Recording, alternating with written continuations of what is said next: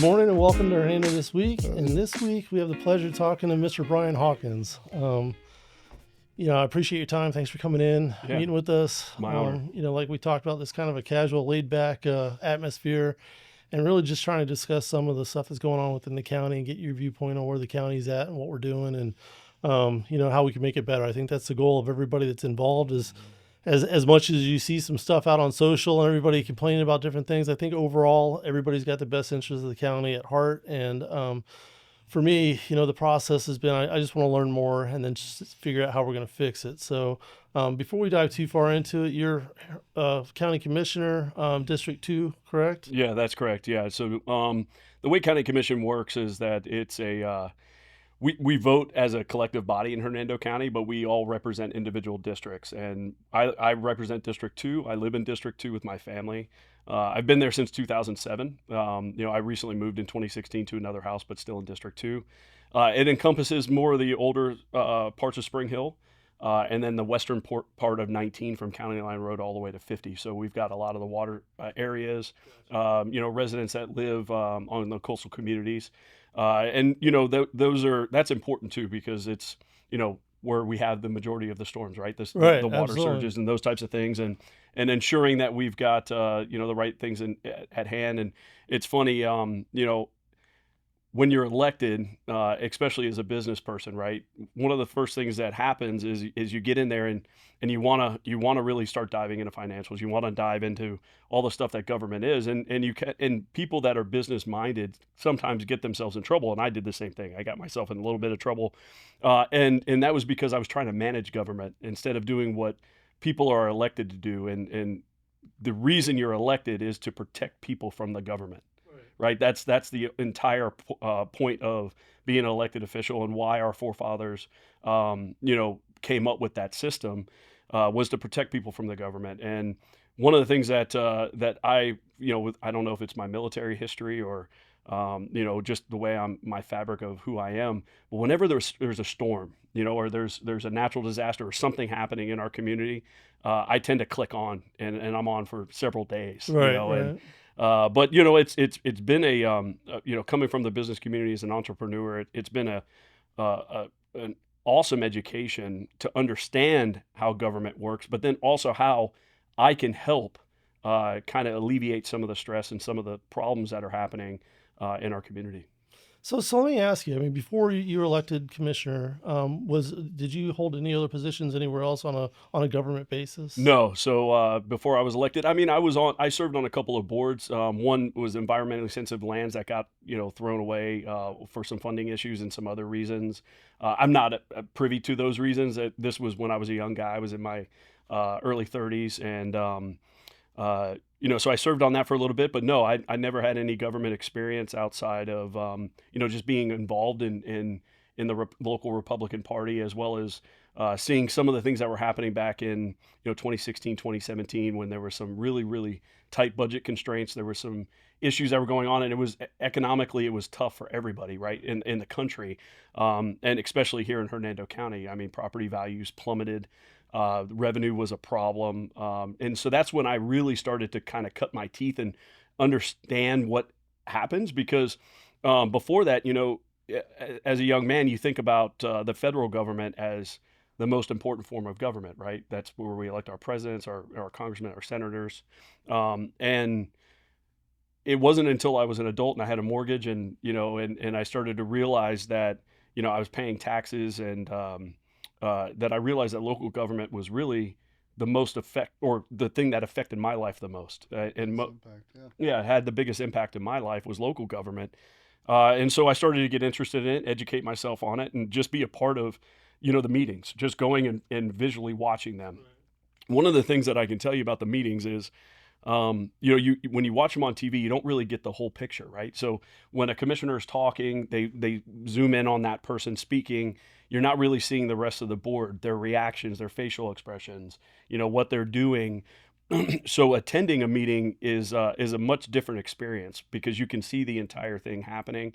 You can see how a commissioner is reacting to another commissioner speaking, some body language stuff, some things that are happening in the background.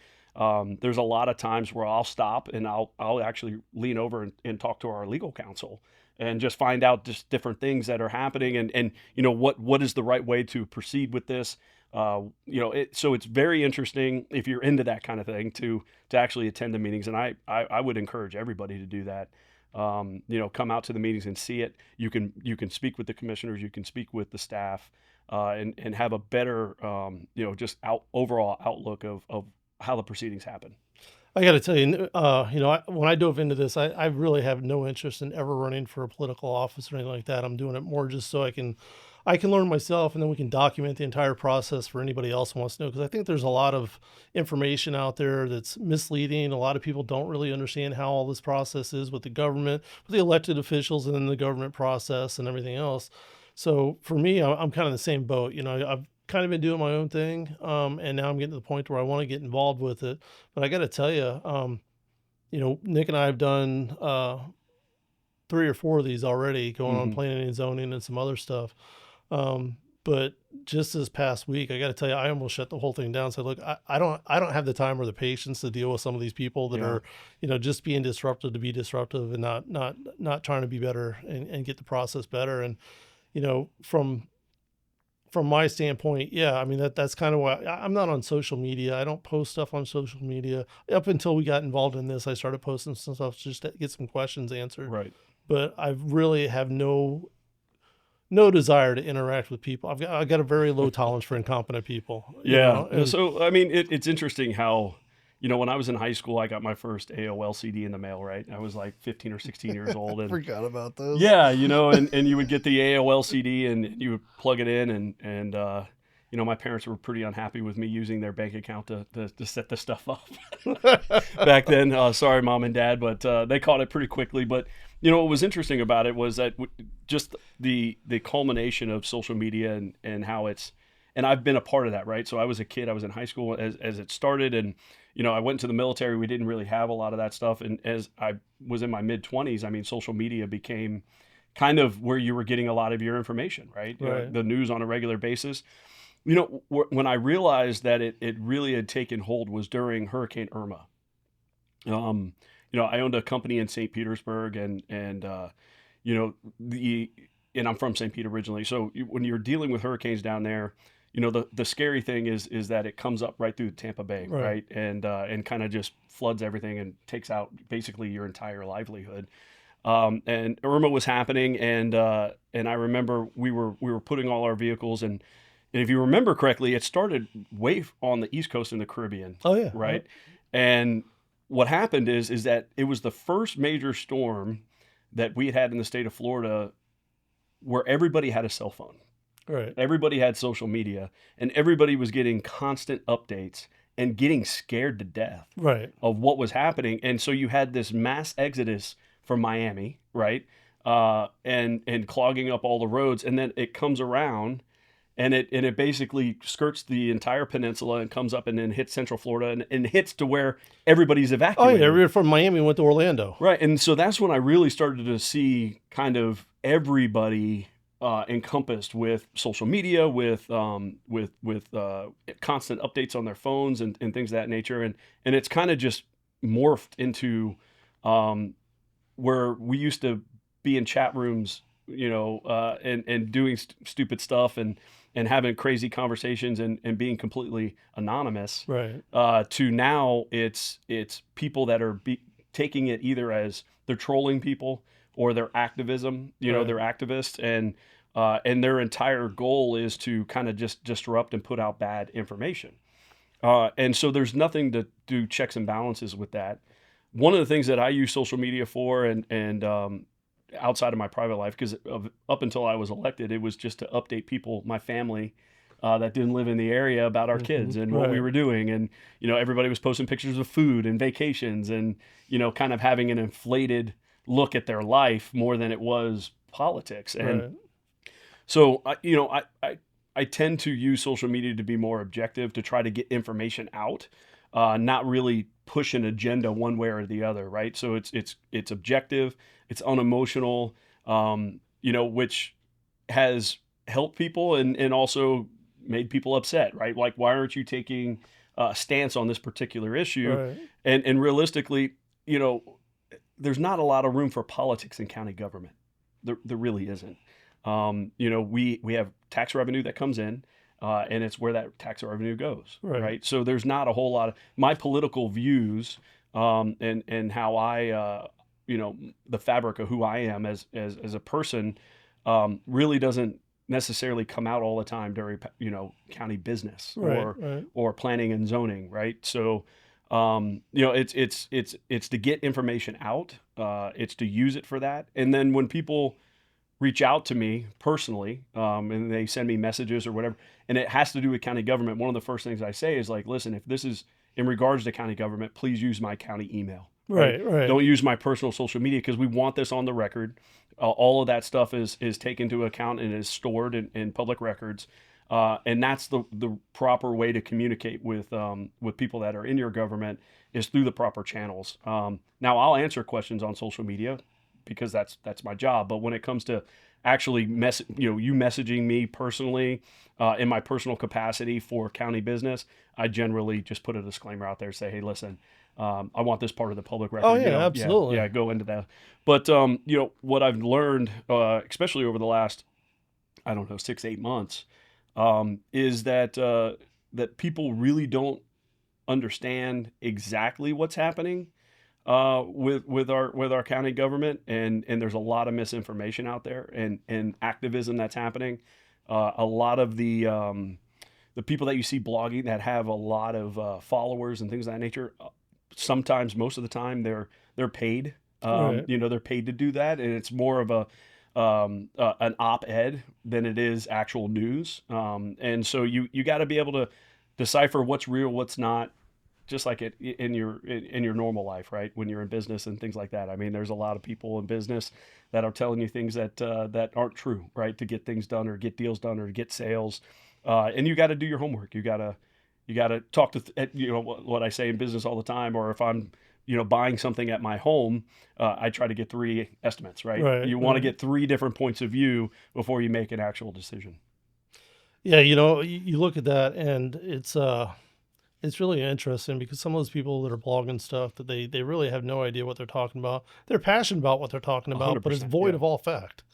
And for other people, if they're looking at this person that's posting or blogging or whatever on a regular basis, and he's involved in all these different things, that's their quick reference. They're like, hey, let me just go to this guy because he's involved in it, not knowing that it's void of all facts. I mean, they may or may not know at all what they're talking Well, about. I think that's kind of the same thing that the mainstream media kind of falls into too, is that those people start realizing, oh, if I post a certain way or post about a certain topic in this light, I get more traction, more people, actually follow me. And they kind of fall into the kind of false fame aspect of it, to where it almost encourages them to put out Oh, more it absolutely hot does. Yeah. button, What's going to posts. get the most hits? Yeah. Exactly. Interactions. Well, it becomes entertainment. Yeah. Right. And even It's if they a know source of it's entertainment. false and they're going to get a bunch of feedback on people on the opposite side of their opinion, that's still counting towards all their interaction on their social and everything. So, Exactly, and these sites are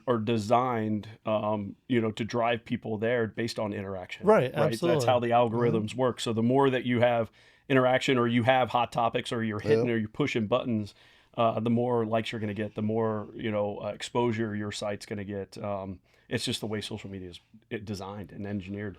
Well, like Nick was saying, I think it's even not even just social media, but it's regular news outlets and everything else at this point, because it's all about the funding, and that's kind of what drives me crazy on a lot of stuff. And I know that gets thrown a lot around a lot in commission meetings and stuff like that, that you guys must be getting compensated by, developers or whatever, Mm. and there's a lot of stuff out there that it's all driven by how somebody's getting paid, and regular mainstream media news now, you used to have unbiased opinions. They just came on, they reported the news, they were, looked at and kind of put on a pedestal that, they are, independent, and they are, not posting an agenda or pushing an agenda, but just trying to bring all the information. I think a lot of people respected that at the time. And as time's moved on, people just want to hear their point of view reiterated to make sure, or make them feel like they're on the right path, I guess, and so everybody that is, maybe on a Republican side's, focused on Fox News, somebody that's not is focusing on whatever, ABC, CNN,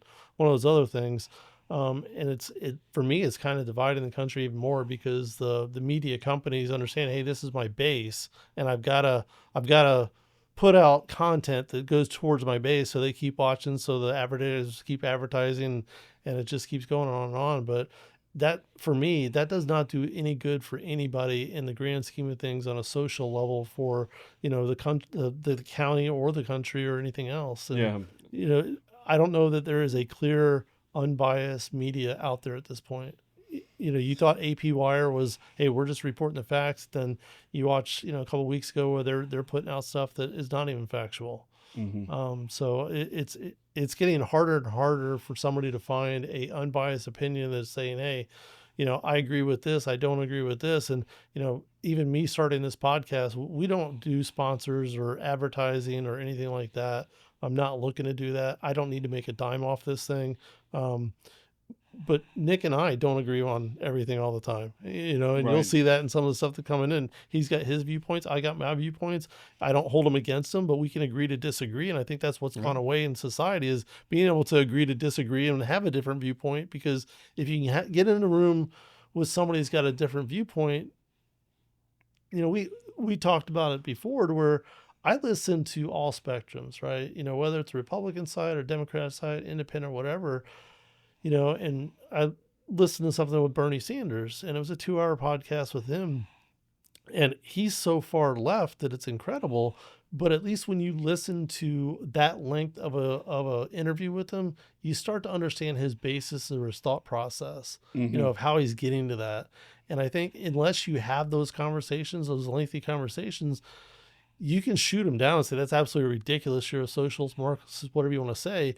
But unless you understand where he's coming from, you won't be able to change anything. You can name call back and forth all day long, but unless you understand the thought process, you have no chance of changing the thought process or understanding exactly what you're up against unless that comes out. And it's not like that. It's all sound bites and snapshots of, whatever I can condense into a 30-second sound bite or a 15-minute interview or something like that. And that's the way I think the general populace is going now. That's how they want to consume everything is as short as possible. Let me look at my phone, see what the latest tweet is on this or the latest post is on this. And, they'll take it for whatever is posted Exactly. I mean, it's all the people that are the headline readers only. They don't read there. the Right. full bodies. And then again, that's the danger of kind of the silos and echo chambers that you end up falling into on social media. You tend to put yourself around people with similar goals and ideas that you have, and then it's just a repeat of the same information that kind of drives people into this, you know, not mania or hysteria about certain stuff, but it's when you don't realize there's another viewpoint out there that has any credibility, you know, Or at least understanding where they're coming from. right. I mean, you don't have to agree with it, but if you understood it, at least then you can start making sense of it and figure out how to make a change. Right. Yeah. What's interesting about this conversation too is that what I find interesting is people have already got a response canned, ready to go. Right. So there's not really a discussion. And just going back on your points in regards to the news, I mean, just in my opinion, growing up, you watched the local news, and then you watched, the national news, and there wasn't, you were driven to.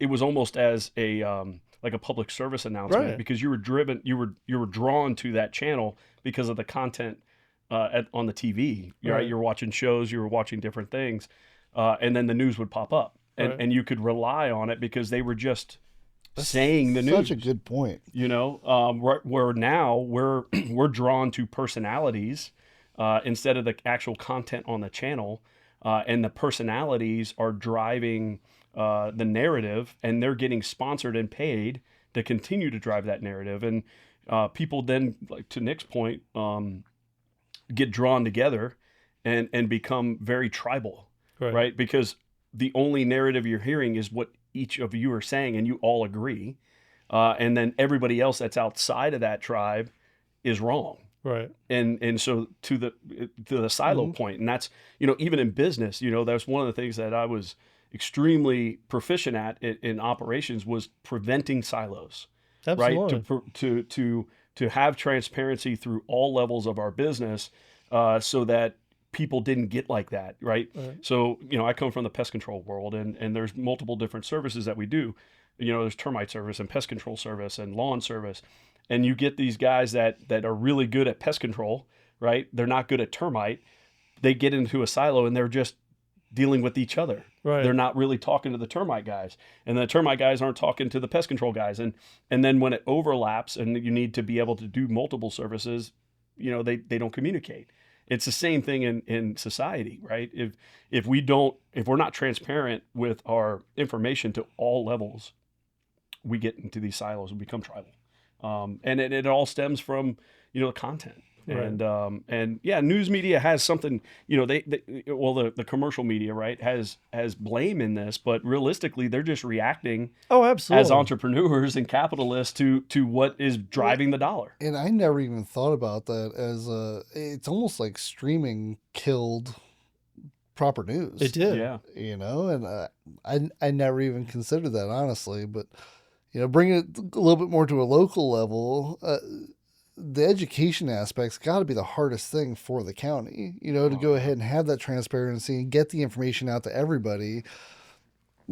There's no true single source platforms for people to go back to that are easy enough to actually navigate, right? Like any government website is, all the information's there. You can always get to it. It's just finding it on a site like that. And I know we're about to probably do an overhaul to our county's website, but getting to the spots that we have to get to and actually get the information out is always going to be the challenge to actually have people pay attention. Yeah. So, I mean, it's interesting because, I don't know if I've ever looked to government for information, if that makes sense. Like, I don't think, I may, when I moved here, I looked up where the, hook up our water and, and our electric and that kind of thing.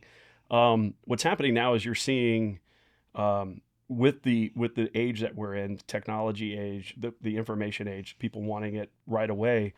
We're seeing government actually kind of morph into more of an informational, and quick information and easy information. And it's got kind of a capitalist feel to it, right? So government is trying to learn to communicate the way business is communicated with people.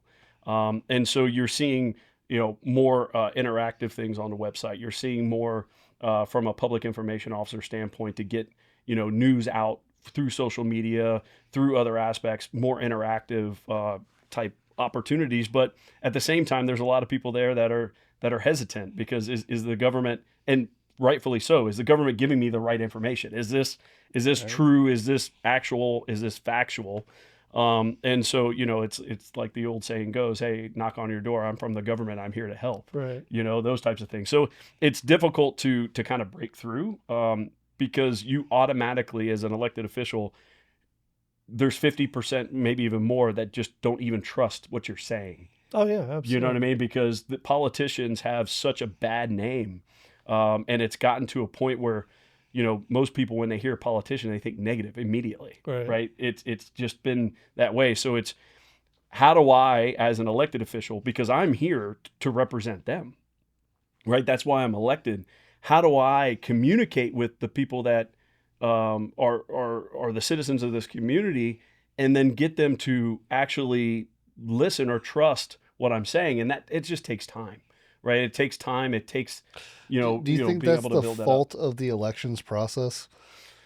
That's Honestly, once you start getting into the actual position, there's not really a reason for you to go ahead and try to sway people one way or the other, right? It's that elections process of getting out there, and people see kind of sometimes these elections do get a little vicious, and they go ahead and people say things that are intentionally trying to sway opinion one way or another. Do you think if we had changed the elections process on how people got involved, do you think more people would trust politicians? I don't know, because, that's a good point and a good question. I've never really thought of it that way. I can only go back to what I did, Mm-hmm. right? And kind of my election process. And I went into it with a business mind. I wasn't, I didn't have name ID. Most people didn't know who I was. And the way that I communicated with people was a little different than other people, I guess, because I came from a business aspect. So, and one of the hardest things, I'm going back now through the election cycle. One of the hardest things that I had to overcome was talking about myself. Mm-hmm. Right? I can get up and I can talk about my business. I can talk about my family. I can talk about, my history and that kind of stuff. But then it's this weird thing where I would get super nervous and almost shake because you're trying to get people to vote for you and like you. And you have to do that the way, it's really strange, and No, it's, I gotta say, for me, that's a good thing. There needs to be a little more humility and humbleness in the whole process, and for you to say that just means you're not out there just trying to sell yourself all the time, because that there's a lot of people that do that and it's all fake. yeah. And for you to say, look, I know what I believe in. I can tell you what I believe in, but to go out and try to promote yourself, I mean, that shows a little humbleness. Well, it was tough. I'm sorry to interrupt you, but it was tough because I would actually have to write things down, and I would grab the dais where I was because I was physically shaking, right. And nervous, and because you're standing in front of people and they're analyzing every little thing that you're doing, and they're not really listening to either your platform or anything else. They're just trying to figure out if they like you or not. Right. Mm-hmm. And so it was very difficult. It wasn't something that I looked forward to. If I could talk myself out of going to a meeting or something, I generally would try to do it because it was just, I was actually terrified, a lot of times to go up in front of people and to speak. And it was because it wasn't about, what I'm doing or what I can do. It was like, hey, like me, Right. I need your vote. And so that was very uncomfortable. The other thing that's very uncomfortable, and, the majority of my campaign, I funded myself. And that was a negative at the time. I had people coming up to me and telling me that, this is negative. It looks like you're trying to buy your way into the county commission. And I never understood that because I had sold a business and I never had financial, anything. I grew up extremely poor and kind of just blue collar guy, didn't go to college, went in the military and was a blue collar trade and doing pest control. Right. And so when I sold my company, I came into a little bit of money and I said, you know what, if I'm going to do this, I'm going to invest in myself.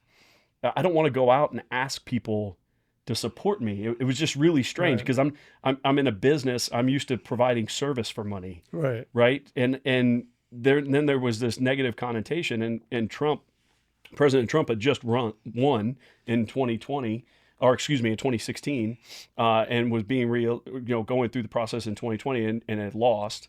And then I was in my election campaign. Right. So it was a business-minded person that funded his original campaign, and I thought to myself, well, that's kind of the way you want to do it because you don't want outside influence, right? You don't want people to say, hey, by the way, I supported you, now I don't because you vote a certain way or not. But it was negative at the time, and so I had to go out and I had to talk to people and I had to talk to the business community and I had to ask for their support. And what I learned was that when I sat down with the majority of the people that were in this community, and even personal donors as well, the conversation was what drove them to actually give me a check or not. Right. And so I realized that people weren't necessarily doing this for something. They were doing this to help show support for you as an individual. And I think that's a good thing. I mean, to your point though, it's gotten out of control. I mean, just like campaign finance has just gotten out of control. How much money is spent on campaigns and Well, I can tell you, I'm sorry, I don't mean to interrupt you, but locally it's not. I mean, the most that anybody can receive is $1,000 from a business. But you're from federal government. You get into PACs and stuff like that. There was a lot more spent on campaigns this last election cycle that's than fair. that. That's fair. Yeah, that's fair. And I think that that is fair. And that's activism, right? Those are activists that are watching the individual candidates.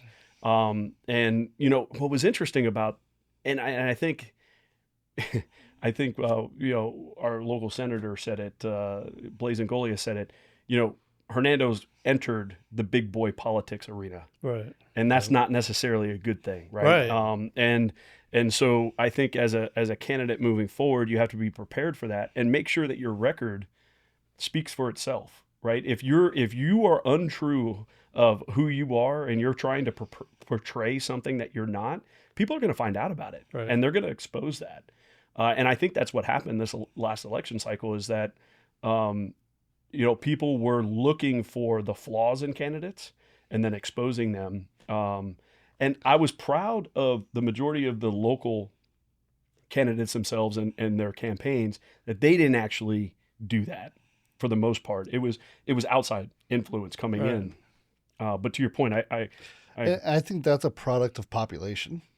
As you start getting more and more people involved in the process and the population grows, you're going to have a subset of those people actually start paying attention, right? mhm, And I think as more attention is put onto those actual races, that's where we're going to start seeing, like you said, the big boy politics kind of arena happen. Hillsborough County's been like that forever. I mean, right. you come from Pinellas County. I mean, how many people are in Pinellas? There's, Right. Yeah. So it a just ton. in St. Pete alone, I think there's 250,000 people just in the city of St. Petersburg. That's Yeah, I mean, it's you know, bigger than a tiny county. but to that point though, it's I think we're in a really interesting population, right? Because I think that as it's lower population, it's more everybody knows each other, everybody grew up with each other, those types of things. We're now in a place where there's plenty of people that I walk around and I don't know, I've never met, those types of things, and then you get to a point where you get so populated that it's nobody really pays attention anymore. Right. So it's like we're in this really strange kind of area where a lot of people are paying attention, more of the percentage. But as you grow in population, that percentages I think stay the same.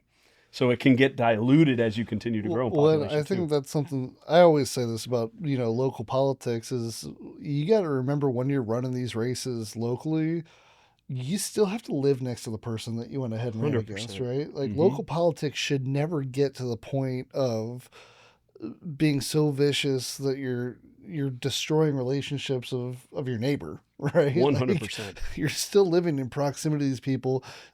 Again, I always also say, it's really only like the same like 45, 50 people that do the majority of the things in the county. The Rotary clubs, the Kiwanis clubs, all the chamber, that type of stuff. You're gonna run into these people weekly. 100%. Well, to that point, I'm sorry to that point, if I could, Yeah. that's why it's important. And I've never gotten, where I attack an opponent or I'm attacking somebody politically. I'm not that person, right? In general, but on a local level, people don't like it. I got to tell you, for me, I'm like that. I mean, there's some stuff that went on this last election that totally turned me off to some stuff, and as soon as I see that, I'm like, look, I'm not in favor of that at all, because there's other ways to do that you can get your point across and without degrading somebody. But the Hmm. problem is that all these people see what goes on at the federal level, and Right. that's all it is.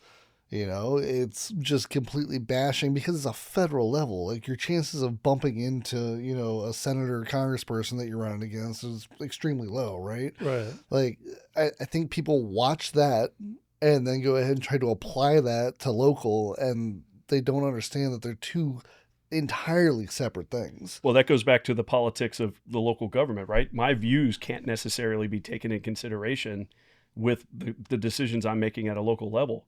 In the state and the federal level, that's completely different. You can be on party line on every vote that you take, right? If I were to vote party line on every vote that I take, I would be hurting our citizens. Well, and I agree, yeah, and that's why it gets back to, Nick and I've talked where this is a good time, and the reason we started this when we started is just because I feel like we're on the cusp of that, that smaller community to a larger, format. Mhm. And if we don't change something now, it's going to be very hard to change it later.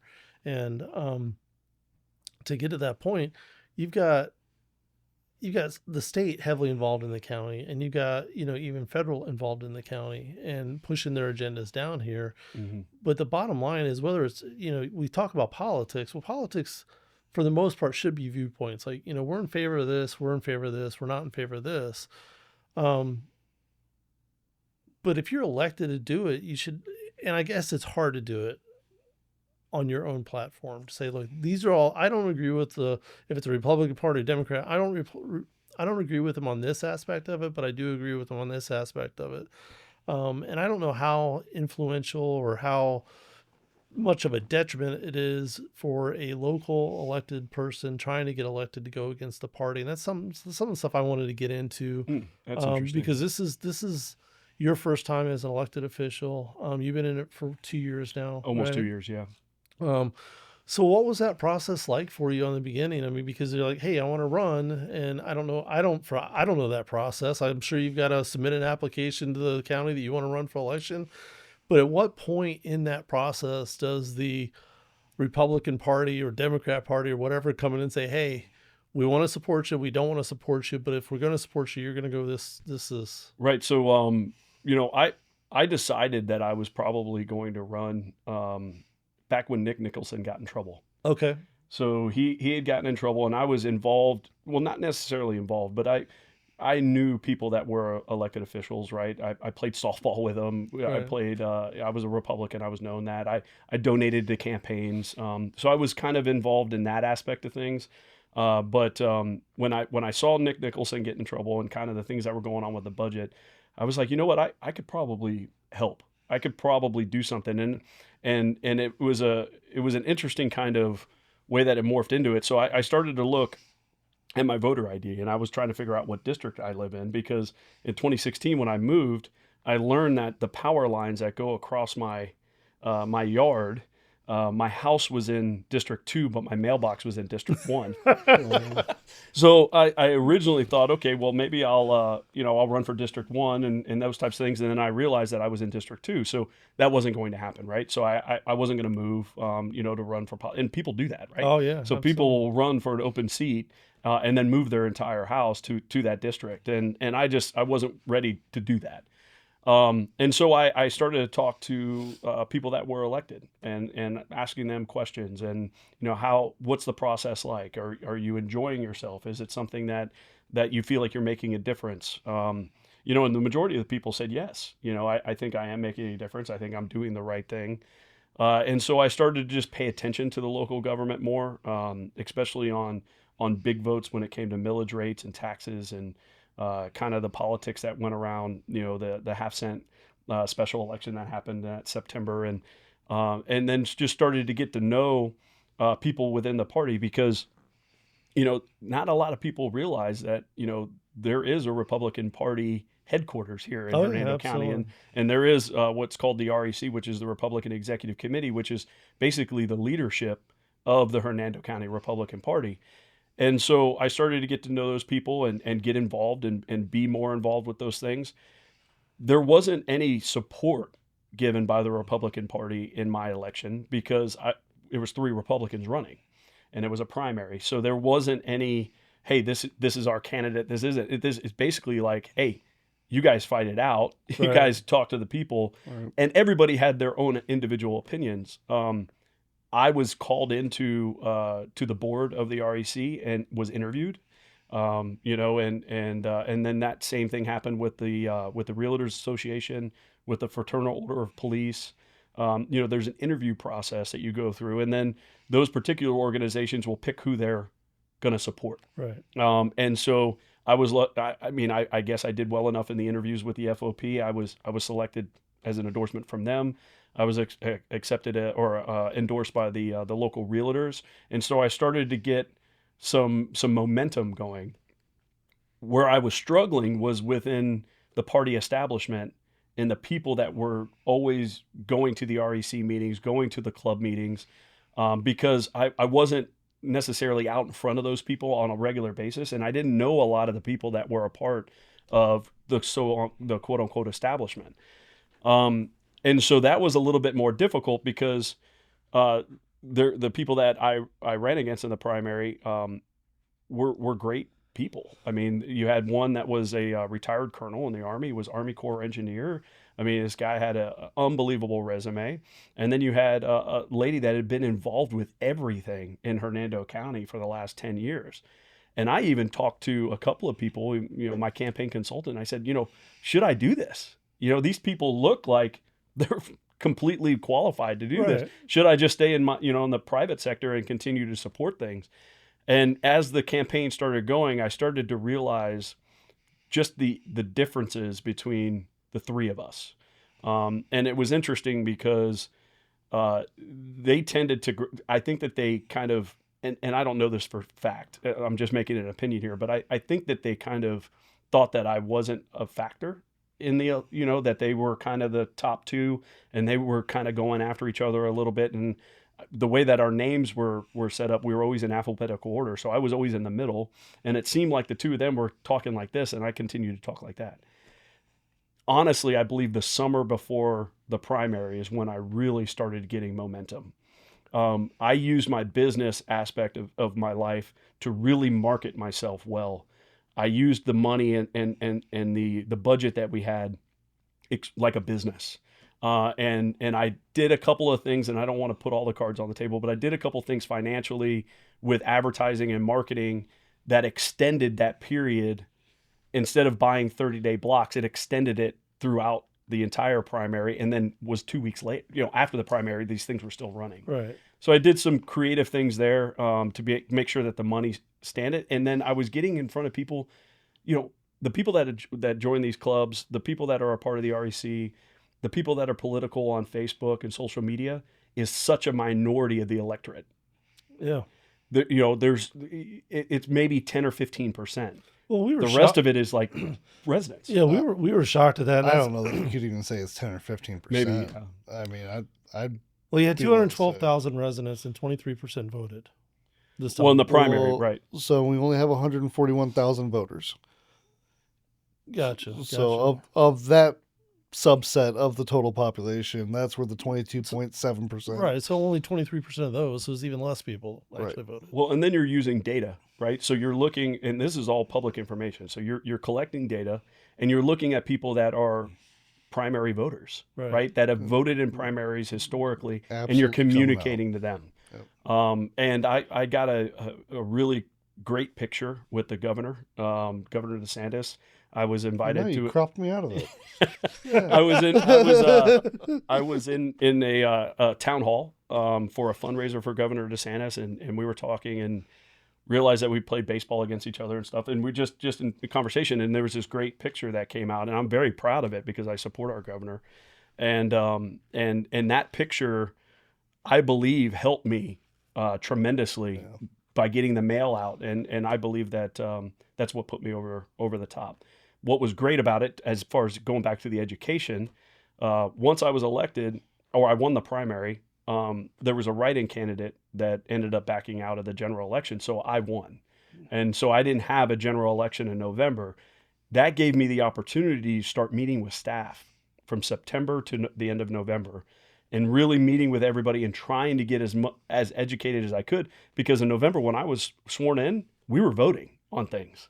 Like there was no time to be like, oh, I need to learn. It was, hey, by the way, this is the agenda. This is what you're voting on as soon as you take that seat. So I was a little different to where I had the time to kind of get acclimated, to learn who the people were that were in charge of staff and the senior leadership team of the community, or for the county rather, and get up to speed pretty quickly. I got to tell you, that's something Nick and I talked about before. Is anybody can run, right?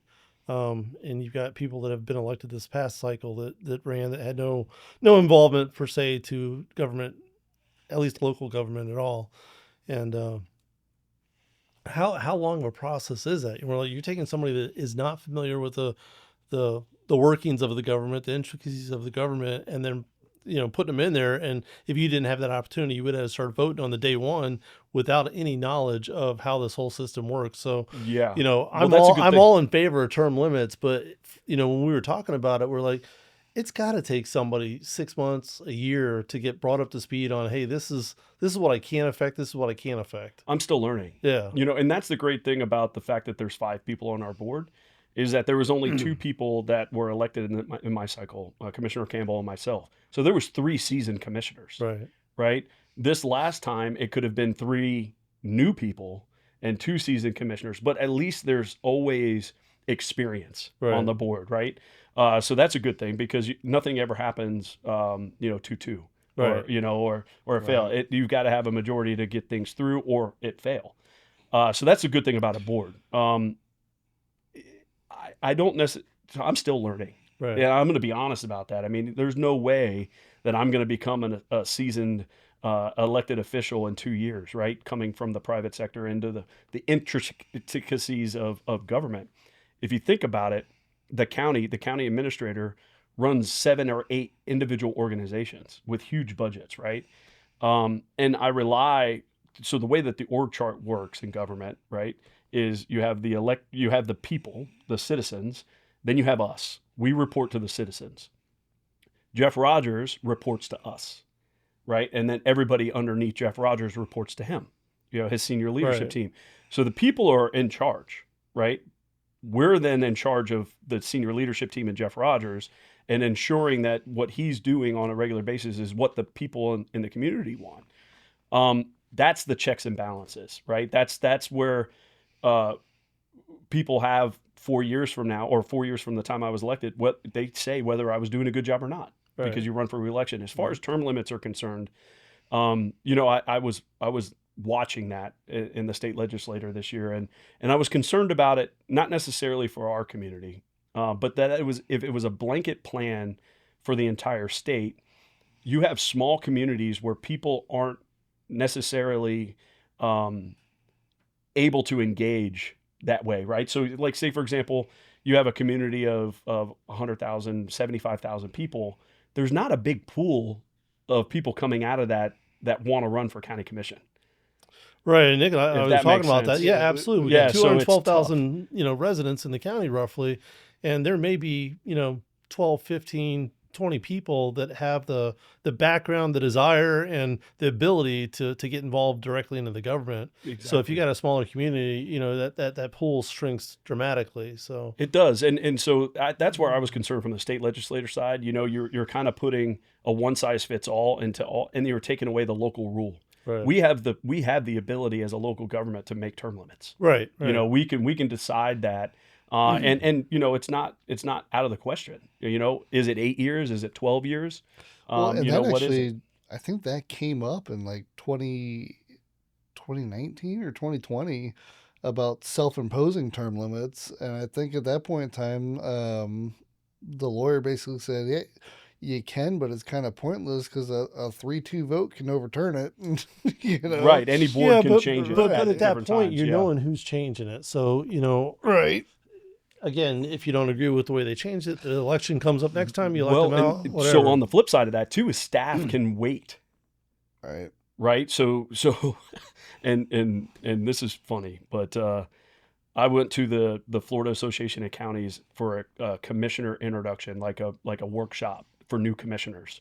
So after So there is one because I asked Nick about that before, just trying to figure out how everybody gets brought up to speed and what that time frame looks like, and yeah. if there's a group that gets together, because in business we had American Wholesaler Group and stuff like that, where we take everybody from the largest distributors from the Midwest to the East Coast and meet all in a place in Baltimore or something like that, go over best practices and So the everything. biggest thing is ethics and sunshine law, right? You got to learn that stuff because Yeah. that's what governs you as a person Right. and your board. So those were the hot topics. But the first thing that they said when they got up and spoke is, "Do not trust staff." Right. And it blew me away. I was like, what do you mean don't trust staff? And we've got a great staff here. I just want to preface by saying that Jeff Rogers and his team are fantastic. But they can, if you had term limits, right, and it was a blanket term limit, staff can outweigh commissions to get what they want done. Right. Because as commissions turn over, personalities turn over, opinions turn over. And if there's agenda items that staff wants to get through, higher taxes, millage rate increases, pet projects, that kind of stuff, they can just wait Right. for the board to turn over and get new people in there Mhm. and get their agendas done. So that's another kind of a bad thing about it. The good thing is that you're getting fresh people in there on a regular basis. It's just, do you have that revolving door of people that are willing, to your point? Right.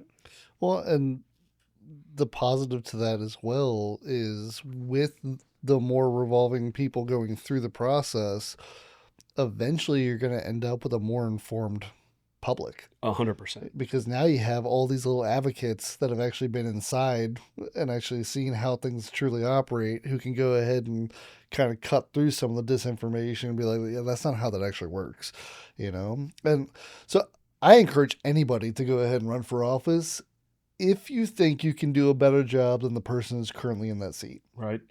Sheriff Nienhuis jokes all the time, and I don't think he's joking. I think he's saying it true. And he said it out in public. He said, everybody should own a business and run for election at least once in their life. Right. You get a different frame of view when you're out there and you're actually talking with people about their local government. It's amazing, the ideas that the public comes up with that are great. There's a lot of great ideas out Yeah, there. and a lot of those I use, and I try to bring to the commission because, I don't know everything. I'm not going to sit here and pretend that I know everything or I know all the issues that are going on or the problems that are happening or the solutions that you have that you want to bring to the table. If you don't communicate with me or you don't reach out to me, I would never know those things. So,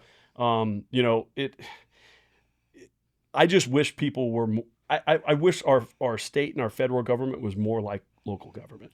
Right. If I can go back to that, where they're listening to the people. Right. So I've got two questions for you here. Sure.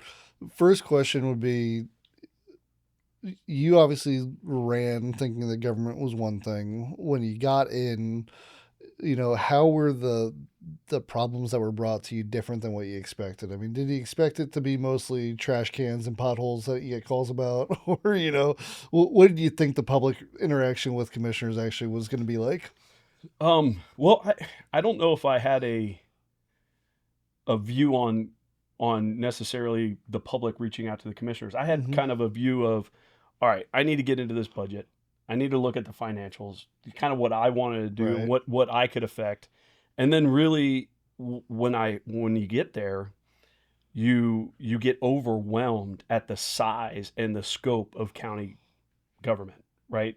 Utilities, Department of Public Works, Fire Department, Sheriff's Department, Economic Development, the airport. All of these things are huge infrastructure and huge capital, huge revenues, and you kind of you get overwhelmed to where at most of the time people would just be like, I can't deal with it. I don't know enough about it to even try to deal with it, and to get overwhelmed. I could see that happening. And so what I did was I started to concentrate on individual departments and meeting with them on a regular basis to learn kind of what they did. Now, the people that are in charge of these departments are in the private sector. They'd be making millions of dollars a year. Yeah, I mean, these are the smartest engineers, the people that are actually running these individual departments. And so as a subject matter expert in their department, who am I to second guess their thought process or their needs, right? That's not my job. My job is for them to, when they come to us for individual needs, is it the right thing that the community needs, right? Is it the right thing to fund? So it was really not necessarily learning everything about what they're doing daily. It was trusting in your management team to be the right person, like just in business in general. Like, you're not going to micromanage your business, right? You have leaders that are involved in that, and you have to trust them until they, wear out that trust or don't do the right thing. Then you replace them. So I relied on the people that were in charge to do. They're doing the daily operations. They're taking care of their people. There's not a whole lot of friction there. Everything seems to be working well. But when they would come and ask the board for certain projects or the bids that are going out and those types of things, it's the money. That's when you dive in as an elected official and you start asking the hard questions. Like, hey, why is this a need? Is it a want? Is it a need? Right? Right. Is this something that we need to do now? How is it funded? Is it funded through taxpayer revenue or is it funded through enterprise funds? Right? Those are the things that people like myself, I didn't know. I just thought property taxes funded the government. Everything, across the board. 75 to 80% of our government is paid for by itself. Right. It's through enterprise funds. An enterprise fund, for example, is your utilities. Your utilities department is all paid by the citizens for those services. Right. They're receiving a service and they're paying for it, right? Property taxes only account for about 25 to 30% of the overall revenue that we're receiving. And the thing that And that's normal from what I'm gathering. I've looked at a bunch of different counties, and that's pretty much normal across the state. it is, the thing that I didn't understand though was that individual funds of revenue support individual things in the community. Right. So there was no overlap between roads and utilities. Right. So the revenue that was coming in with utilities has to stay with utilities. It can't be used for roads. Gas tax that comes in from people buying fuel, that can only fund roads. You see what I'm saying? And Yeah, it absolutely. can't go back and forth. So that was the frustrating thing. It was like, okay, well, we have a pot of money here. Why can't we use it for this? Well, statutorily, we're not allowed. In a business, you have that flexibility. If you have a service that's providing your revenue and you have another service that might be, not making as much money, you can push money over there to help support that and get it up. In the government, you can't. Right. And that's the most frustrating thing. And I think that's the thing that people don't realize, and the public doesn't realize, is that, we're governed by state statute, by laws and regulations, and we can't go outside of that. So when you're talking about infrastructure, you're talking about roads, you're talking about utilities, all of those are funded from individual lines of revenue, and you can't go outside of that. Right. And I think a lot of people don't understand that. I mean, you're a smart guy. You've been in business. We've all been in business. Well, don't tell me. I don't think not a lot of people would agree with that. I'm just saying you've been exposed to Yeah. financial business side of it and Yeah. everything. And I think there's a lot of citizens don't understand that aspect, that, hey, I can't take this block of money and move it over here. It's state statute. I don't even have control over it. It's got to go where it's got to go. Right. And I don't think a lot of citizens understand that. So Well, I hope I answered your first no, question. you did, and that kind of brings me into my second question there, and it's a question that he and I argue about quite frequently. Everyone started to love DeSantis. Well, I don't know, started to. Definitely loved DeSantis during COVID when we had a lot of the mandates coming from the federal government that basically said, hey, you can either go ahead and mask up and keep people locked down in their house, or, I think part of it that he rejected money on was for schools, for the education stuff, and said, keep your money, we're going to go ahead and do it ourselves. Why can't our local government be completely self-sufficient and not be accepting money from the state level? Well, I mean, so property taxes, like I said, is about 20-30% of the revenue that comes in for the county government. The rest is enterprise funds. The large infrastructure projects that we require, right? Generally, we can't afford. You just can't afford it, right? That's a good question, because I got to think about it in different frameworks. Let me back up a minute. So gas taxes is what funds our roads, right? Gas tax Funds the roads to what extent? So, Rehab or it's just a construction? funding source for roads. It doesn't really fund our roads. It's the funding Construction. source. Maintenance, construction. Maintenance and construction. Yes, Okay. all of it. Our gas tax over the last 5 or 6 years has been flat or declining. So gas tax doesn't fluctuate based on the price of fuel. So it's not a percentage. It's a flat rate. Right. So it doesn't matter if fuel's $5 a gallon or $1 a gallon. It's the same rate. I think we get 16 cents off of That's that, exactly so, right. yeah. So so what happens is that when you have more fuel efficient vehicles, you have electric vehicles, you have all these things, people aren't buying the gallons of gas or going back more often to buy. So gas tax really has been flat. We collect about $14 million a year in gas tax. It costs $1 million per mile for a new road. So it's not sustainable funding source. There's no way we're going to do the infrastructure projects that are needed based on gas tax collection alone. So what we're doing is we're filling potholes, we're repaving things, we're doing the things that we can do with that revenue source. There's also a small millage, and if you look at your property taxes, transportation trust, we have a small millage that revenue comes in for that as well. That funds the operations of transportation, a lot of your payroll and your people, right? The equipment, the capital cost, that kind of stuff. So it's not a great funding source. So the good thing is that we have state roads and we have federal roads within our community. So Highway 50, US 41, US 19, those are all funded by the state and the federal government. So we, as a local county, we do not have to pay a dime for those things to be expanded or repaved or, the stuff that's going on. So you need the state's responsible for those. Well, I and they're get doing that it. because it's inter-county use and everything. It's transportation, right? Yeah. It keeps everything going. So to go back to Nick's question, when we're looking for state appropriations, we're looking for major projects that we cannot fund otherwise because we just don't have the revenue. We're not going to raise taxes to fund stuff at the airport. Right. We're not going to raise taxes to fund or build wastewater treatment plants. We just don't, because you can't tax your way out of the problem of revenue. Right. Because it would just have to be, there's just not enough tax, there's just not enough there. So we rely on the revenue that comes into the state of Florida to push that stuff around. Unfortunately, this last couple of years that I've been in, we're not getting any. We're not getting any appropriations that we ask for.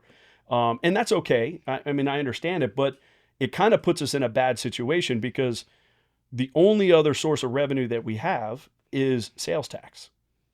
We're the bare minimum in Hernando County, right? Which is where the state appropriation funds are also coming from. They're right? also coming from that as well. So the 6% that we collect in sales tax right now, none of that comes back. Excuse me, it's 6.5% because you have a half a cent that goes to the schools currently. That 6% is the state statute. So all of that revenue is going to the state and then being dispersed to other communities. It's not necessarily coming back to us. So we've got to be careful with that. I didn't mean to cut you off. Sure. So who is, like we talked about lobbyists before as well, but so who would be our state lobbyist for us to get the funds that we need to get? So we have two lobbyist companies that we currently have on contract in the county. So we actually have a lobbyist company. It's not like Blaze should be up there fighting for us or somebody. Well, 100% they should, and they are. They are, but so what happens is the governor, so all of these things, we had about, don't quote me on this, but I think it was between 14 and $18 million in projects that we needed here and that we were asking for. Mm-hmm. And our representatives in our state center have done a great job of fighting and getting those in bills. And then it goes to the governor's desk and the governor line items and vetoes everything that's going on. And he did. He vetoed pretty much all the requests that we had in Hernando County. It wasn't just was us. it this cycle or last? Because we got $5 million for the interchange. It was this cycle. Okay. It was this budget that came out.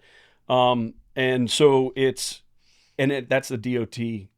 So again, that's state DOT stuff Right. that are different funds. But the appropriations that we're asking for was resiliency, wastewater resiliency, septic to sewer, some other stuff.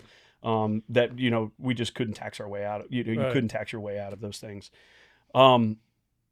So that's the importance of understanding what the needs are of the community and trying to find alternate revenue sources instead of just concentrating on property taxes. One of the things that I ran on was trying to figure out how to keep property taxes flat, right? Keeping it flat or even going down. And finding alternate revenue sources based on consumption, Right. And because people, what they don't realize with sales tax is I can control what I spend. I can't control what I'm taxed on property. Right. So, and you've seen it over the last couple of years with the inflated values of property values, people's taxes have gone up. When that goes back the other way, they'll go down. Right. So government has these peaks and valleys of revenue and decreases in revenue based on somebody that makes up a value of what your property is worth. And I don't think that's sustainable.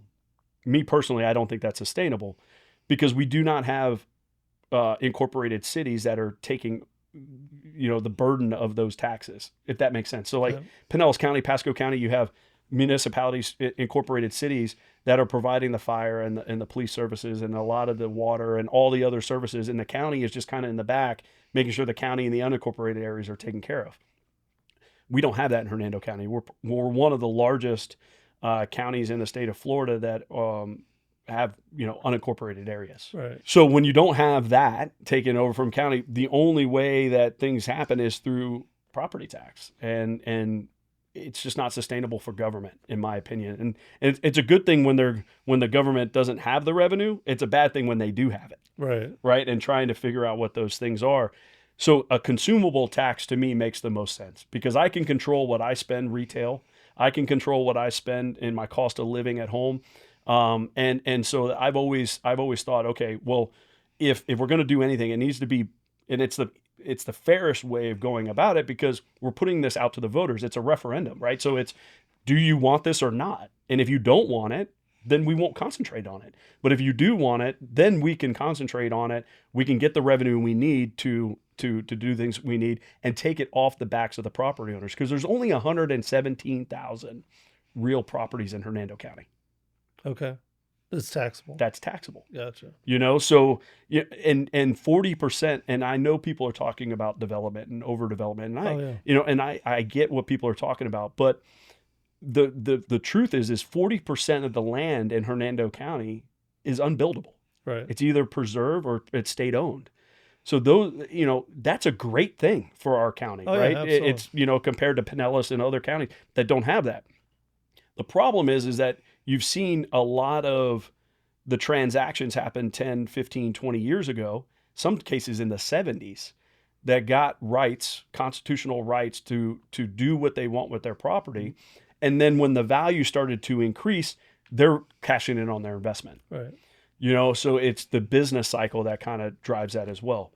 We'll get back, I'm sure we'll get into that later. But, so it's important for people to understand, in my opinion, why I stand kind of in that consumable retail sales tax arena more than I do property tax because you can control it. Your cost of living is not going to go up. Right. Because and I've always been the same mindset. I mean, I've always been in favor on a national level as a flat tax instead of the income tax we've got now, because then everybody's paying for it. There's no hidden money. People get paid under the table and stuff like that. Everybody's paying based on what they consume. Well, the reason we don't have state income tax is because of that. Right. Because we have tourism that comes here and pays sales tax to cover all of that. Right. Right. That's why we don't have state income tax. And the legislators talked about it. I don't know, how realistic it is, but they've talked about. I think they're still doing a study right now. They're doing it. Yeah. I mean, I don't know what that retail sales tax would come back as, but eliminating property tax and just having sales tax. If you think about it, it's really not that high of a tax based on, if you think about how much revenue we generate just in property tax and then figure that out based on a per percentage base on our sales tax, it's really only like an extra 12 or 14% tax on top of. So what would scare me about that whole thing was how that would be facilitated through the state, because again, I don't like the state having control over local government.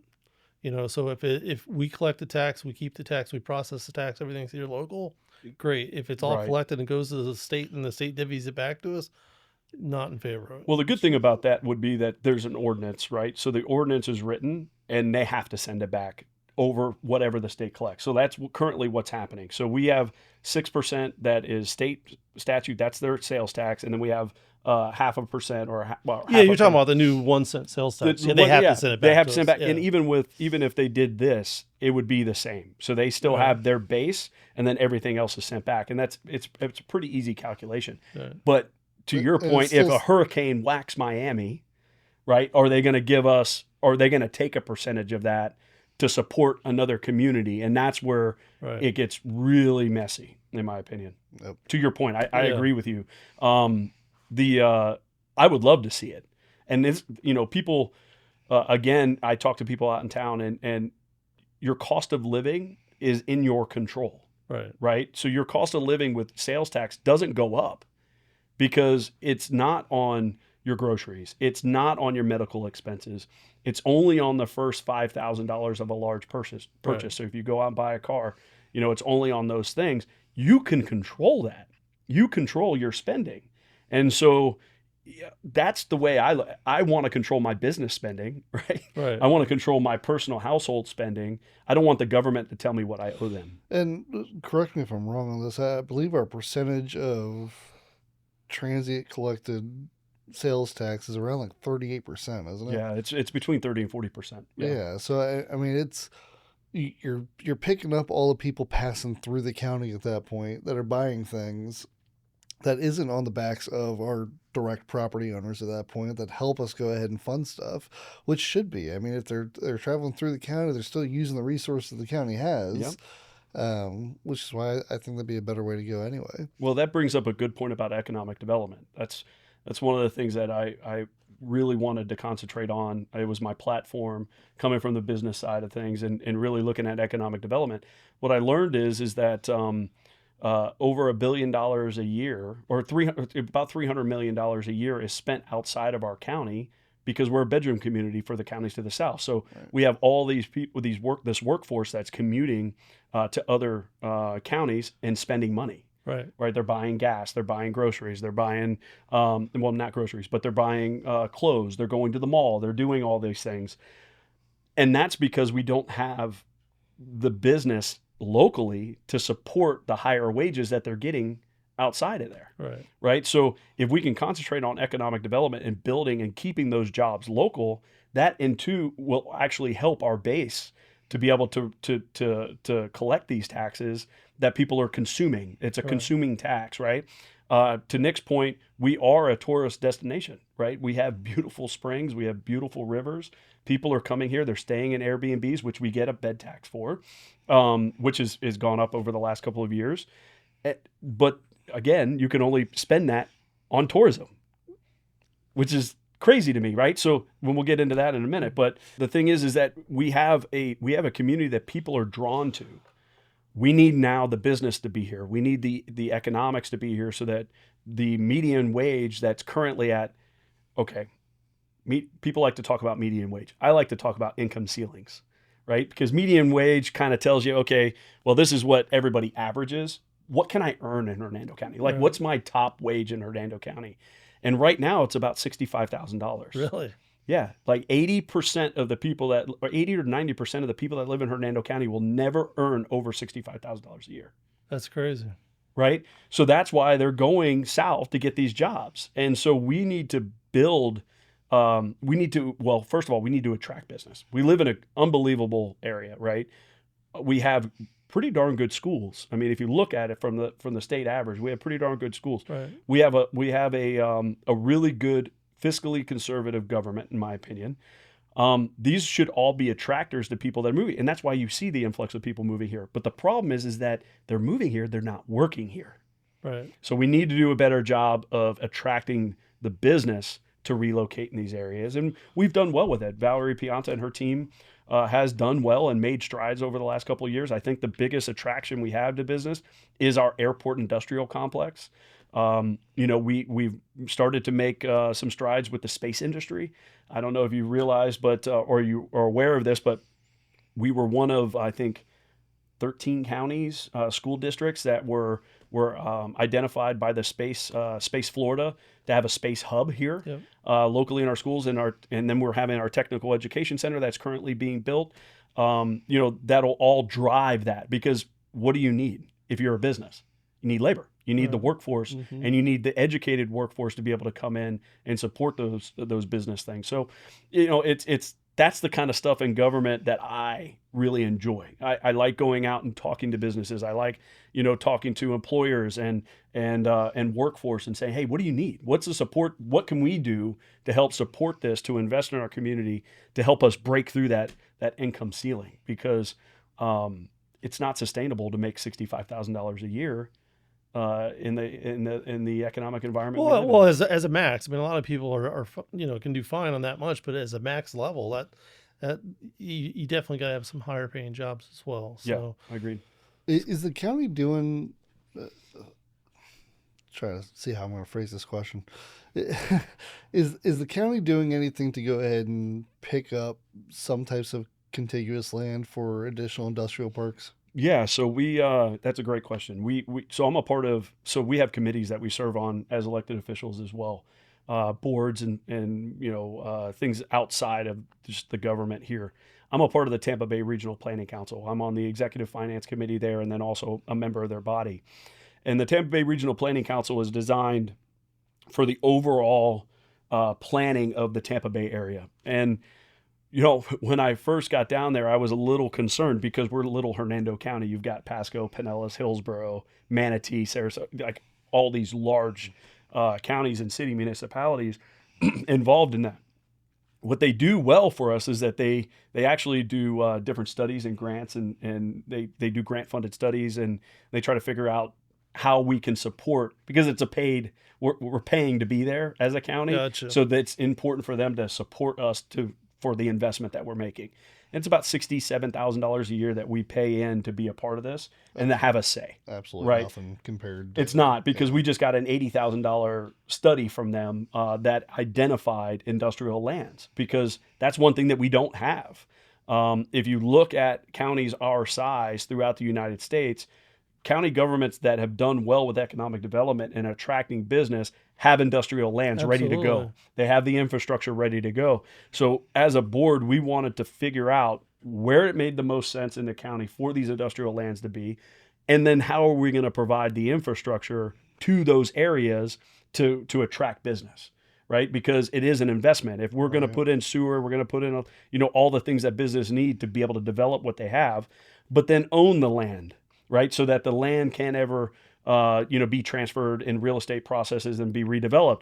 That's what we do at our airport. So everybody that in the industrial complex around the airport, they're leasing that land from the county. They own the building, but they don't own the land. Right. So it can't ever be redeveloped for other things. So we were identifying those pockets in Hernando County. Obviously, a big pocket would be the eastern side of our county, which is where a lot of the growth is going to start happening, right? Over off 75 and Ridge Manor, the Walmart distribution centers out there. There's a lot of industrial development going on. And then also in our northern parts of the county, off of US 19 and those particular areas. And then, so if you're familiar with Hernando County, you're listening to this, there's an area over by California Street and Spring Hill Drive that's right by the schools over there that is very close to the airport. There can't be residential neighborhoods built in there because they fall inside of our airport zone. So just because of the flight traffic and everything else, you can't build residential homes. I didn't actually know that. Yeah, so that is an area that makes a lot of sense, that it's right in the middle of our county, that we could look at as possible industrial land. That's why you have all. What's it zoned at now? I think it's ag. Okay. I think it's owned independently. I don't know everything about it, but it Okay. just makes a lot of sense. And so that's why you're seeing. It'll be the catty corner to Tangerine Estates then. Yes. Okay. Yeah. So there's a big circle that goes around our airport that prevents residential building, Gotcha. because you don't want an Naturally. emergency happening. And then also the noise. Right. It's a noise thing, right? So you have an emergency side of it, and then you have the noise side of it. And so that's a perfect area, in my opinion, for industrial growth. Well, I would think you'd set it on all modes of transport, right? So I mean, you got air, rail, road, and any type of seaport. Yep. We don't really truly have any type of seaport accessible for major commercial needs in Hernando. Although we do have the shrimp boats and stuff like that can go out. But I mean, we have everything else, right? We've got a rail line that comes through. We've got the airport. We've got not only the interstate, but we also have the Veterans Expressway, which Right. I would say anywhere around those groups would be ideal places to go ahead and try to find those locations to promote the business growth. Yeah, so that's the interior portion of our airport is what we're concentrating on right now. So we have the airfield that we want to build infrastructure there for exactly that. Mm-hmm. That's what made us attractive with the space industry as well, because the things that's happening with space, the business of space, right? They're going to need everything that we need. Right. They're going to need air conditioning. They're going to need electrical. They're going to need plumbers. They're going to need all these things. Why can't they be built here Right. and then shipped right across the state, an hour and a half, 2 hours away, right? Why does it need to be built in Texas or Alabama or California and then be shipped in? Why can't we do it right here in Hernando County? So it's important for us to concentrate on that. And we control those areas, right now. We're not having to acquire land and that kind of thing. So we're concentrating on investment there so that we have the infrastructure to bring these businesses in, cold storage, shipping communities, having air freight land at the airport, put their freight right into an industrial building on the airport, and then it's picked up by the train and heads out on rail. We're very lucky to have that in our community, and we need to utilize it for what it's worth, because big planes can land here. Right. You see I this? don't think people realize how big our airport is comparatively to some of these other smaller counties. You Right. know, like we did kind of luck out that the investment was made. What was it, World War World War II, II, yeah, right? yeah. So World War II, they create this gigantic landing strip, you know, Yeah. and we have the ability to land these huge cargo planes if we really wanted to. That's right. And, and as we continue to grow as a community, it brings up, do we need a TSA here? Mhm. Because one of the things that's happening with Cabot Citrus Farms, they're up almost going to be at 600 employees here in the next year and a half. A lot of the people that are coming in to visit Cabot are wealthy people from all over the world, and they're flying in on their planes. Right. Why not let them land here rather than Tampa and receive those fees to support the airport operations, right? The same thing with freight. We're landing Coast Guard planes out there all the time, touching off, taking off. Why can't we have freight coming in here and we're charging them to land, we're charging them to store, and then we're charging them to take off again? Those are all outside revenues that are not on the taxpayers that we're able to use as enterprise funds for other infrastructure projects. To go back to the bed tax, if I could real quick. So if you have an Airbnb, if you have a VRBO, if you have a hotel, you pay your customers pay a bed tax. That bed tax is collected in Hernando County, and we've done the clerk of court has done fantastic in tracking these, because we didn't know people were sliding by and not paying these taxes a lot. But now that they've got IT software that actually goes out and finds all these different bookings, Perfect. and then bills that homeowner or the property owner for that tax, it can only be used for tourism. I tried to get a bill passed. Is that a state statute? It is. Okay. So locally, I brought it to our state legislator that I wanted a percentage of that bed tax collected to be earmarked for economic development. Because if you think about it, 40 to 50, maybe even 70%. And I'll talk. And I've got some meetings with the hotel people later on in the state, but majority of people utilizing hotel rooms in the state of Florida aren't necessarily tourists. Right. They're business people too, right? They're coming in, they're having business meetings, they're having conferences. I do it every week all over the state. Exactly. Yeah. So, I mean, why are we just putting this towards tourism? And then this is where lobbyists get involved. This is where other large communities get involved, where you have Disney, you have Orlando, you have Miami, you have all these places where it's building their tourism departments, which is revenue coming in retail sales tax and all those types of things. They don't want to let go of any of that. They don't want to let go of that percentage of revenue that's coming in for economic development. They want to because Disney, their economic development is what? Tourism. Right. So that all that money gets put back into the tourism and advertising for people around the world to come visit Orlando for Disney. So I tried to get that because I thought that was a great way of funding our economic development department to be able to attract new business. Unfortunately, it's been brought to the legislature for years and years and years. It's never passed. So is there an opportunity there for us as a county then to impose a separate tax on that type of business? So the only thing that you would have would be like a resort tax, and we don't have any of those locally. But we're able to do that locally. Yeah, if there was a resort that built a resort in Hernando County, then yes, we would have a resort tax. So I guess the point was not necessarily build another resort, but on these guys that are doing VRBOs and stuff like that, there's not a tax we can do locally to say, hey, we're gonna. Not that I'm aware of now. I mean, I can look into it and get a little bit more educated on it, but I do not believe so. So and the bed tax, is that 100% go to our tourism, or is a portion of that bed tax go to the state? It's 100% to our tourism. Okay. Yeah, it's separate from sales tax. So we're collecting it all, but they won't allow us to decide where it goes. It's funding our tourism department, right? But that's it. Gotcha. A tax that I would love to get rid of is our tangible tax. Yeah. I getting charged for your the stuff that you've already that paid is sales tax on. Such the double dip, isn't it? Yeah, it's ridiculous. Like every time I get that bill, it drives me crazy. Yeah. It's like, okay, So I bought all the items and stimulated the economy. I paid the sales tax on it already, and now you're going to go ahead and charge me again to have it in my office. Hmm. You know, like Yeah, no, I agree. I get the same bill, right? So, yeah, it's yeah, just it's yeah, ridiculous. Where it does that is. money go? Yeah, it's a business tax. Uh, Yeah. It's just a way to get just revenue from businesses ridiculous. outside of having to. I don't agree with it, but we don't have licenses anymore. Yeah, but There's not that's like going to force the virtualization of everything. 100%. You know, and so if I didn't have to have all these computers and desks and all this equipment and stuff like that, yeah, Well, we'd be. think about COVID. What COVID did, right? It completely changed the workforce. Mhm. I think we're coming back to it because from the socialization and productivity thing, you need to be Yeah.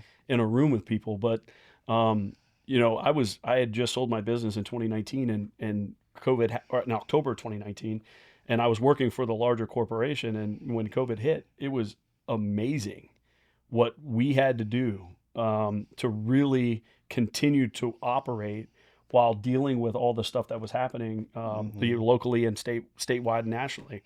And you see these large insurance like Geico insurance campuses and all this stuff that was just a ghost town.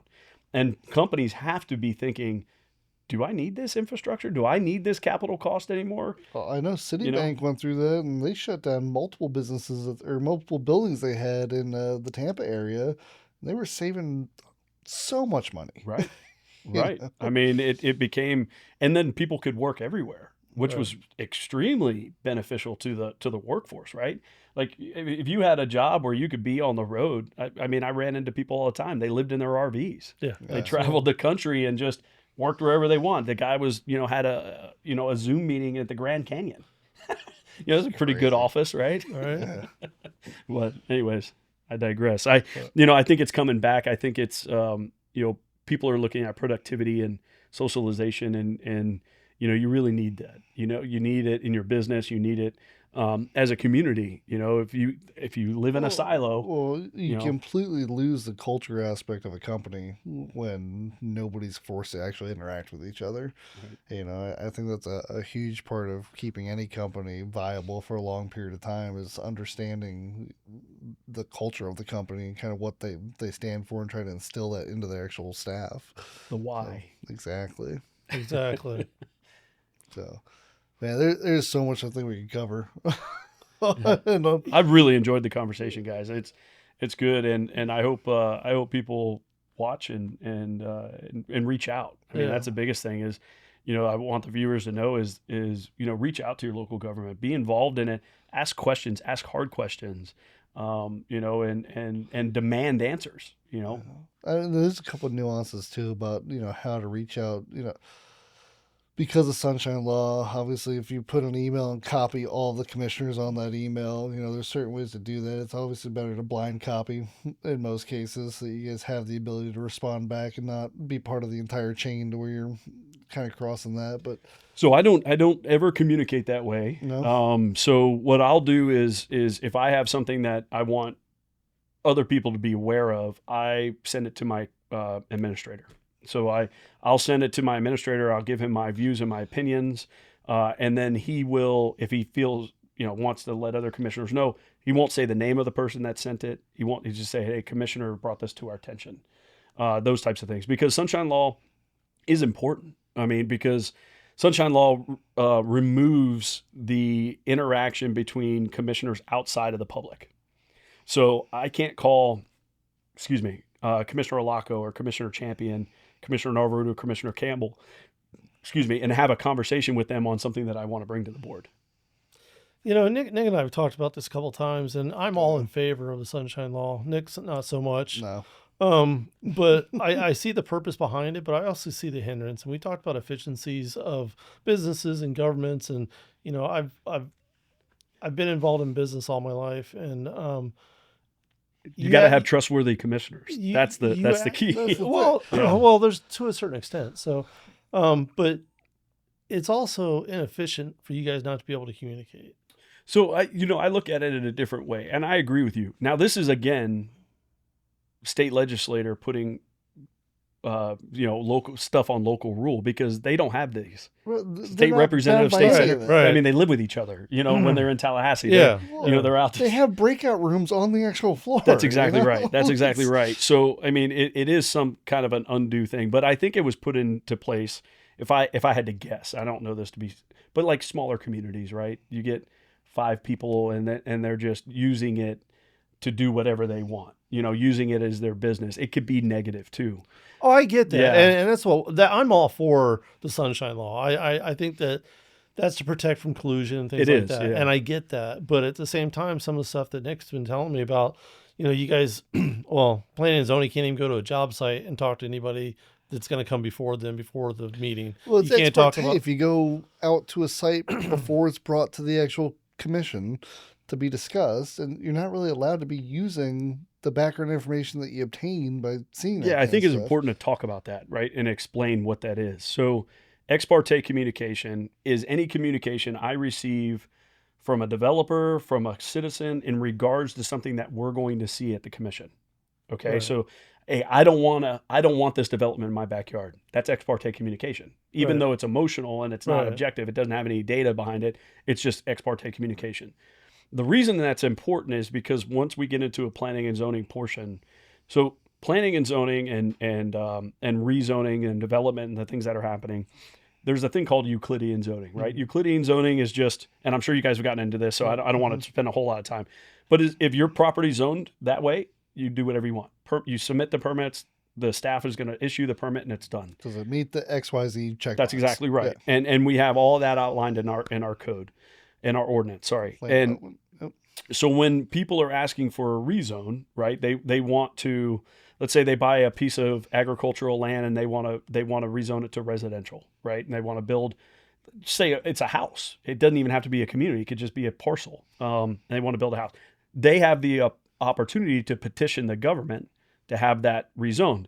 What happens is we get into what they call quasi-judicial hearings. These are actually public hearings where we now turn into 5 judges. So we cannot have anything outside of the testimony that was brought to us that day by those people and by staff as anything that sways our judgment. Yeah, and I get that part of it. I mean, where we got into some discussion was that you may not be able to use it for your judgment, but you've got several, subdivisions and things being built, and the person that's before you, their sole purpose, they spent a ton of money to get this thing passed. So either they're hired by somebody or to develop them themselves or whatever. Their main goal is to get that passed. And not to say they're not giving you all the factual information, but they may be leaving something out, and for you guys not to be able to go out to see a site or, at least get information and say, hey, well, they're presenting this, but they've already done all of this X, and Well, you just can't use it in your judgment. So like if I made it an emotional judgment based on, I didn't want something. no, I get that. Yeah. You What got they to have do is- legal basis for Well, it. what they do, legal basis, because what they do is they'll go and sue the county Yeah, and get a absolutely. special judge magistrate to approve it. Right. So it's got to be objective. And, I don't necessarily think that I would be communicating with commissioners about that anyways. Well, personally. it gets back to a bigger point that I think about a lot is how much is the leadership of the BOCC on the vision side versus reaction side. I mean, and for you guys to be able to have a vision for the county, there's got to be some communication that, hey, collectively, this is kind of what we see for the county. I understand we got comp plans and stuff like that, but at the same time, you've got, Omar doing his thing and he's bringing it and saying, hey, we support this or whatever, but you guys are the elected leaders of the county. So Right. I would think there'd be a collective thing saying, hey, we're not happy overall, and this is the way this is going. This is the overall voice of the community. We need to, take that into account. But the overall vision of the county's got to be driven by somebody. And if you guys never communicate outside that board meeting, there doesn't seem like there's a whole lot of, I mean, when I'm running companies, I've got a leadership team and they all have their own departments. And I would meet with them every month and say, where are we at? And are we going in the right direction or not? Yeah. So, I mean, valid point. What we did as a board is we instituted workshops. So once a month, we would have a workshop on topics that we wanted the staff to bring us. Right. And then we would have those discussions and we would direct staff on what we wanted to do. One of the biggest things that came out of that was we were realizing that developers were clear cutting land Right. all the way to the property line. And we're like, what the, and you're driving around and it's unintended consequences, right? So you're seeing developments that were approved 5-10 years ago, and now there's not a tree on Right. the development anymore. We're like, what is going on? And this all hit us at the same time that it was hitting the public.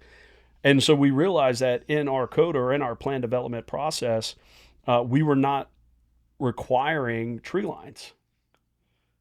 So what we did was we said, okay, well, the silk fence that goes around every construction site, we said that's got to be inside the buffer now, Right. not outside the buffer. So and those are things that come out of those workshops, and the discussion that happens is us seeing what's happening, just like the citizen of the community, and trying to fix it. Well, and From a vision standpoint, sorry to interrupt, but from a vision standpoint, that's where staff really gets where we're thinking as a commission, if that makes sense. Yeah. And that happens monthly. So, and I, not a lot of people show up to that, but it is an opportunity for us to speak candidly. We're not voting on anything. Right. We're not doing it. And to where we can really get some things out, and really drive kind of what we're seeing as a board. And I'm proud of the things that we've changed. Unfortunately, citizens aren't going to see it until the next development happens. Well, and that's what the issue is. All problem. the stuff's been predetermined. A lot of stuff becomes in front of the planning and zoning. And I haven't seen one car wash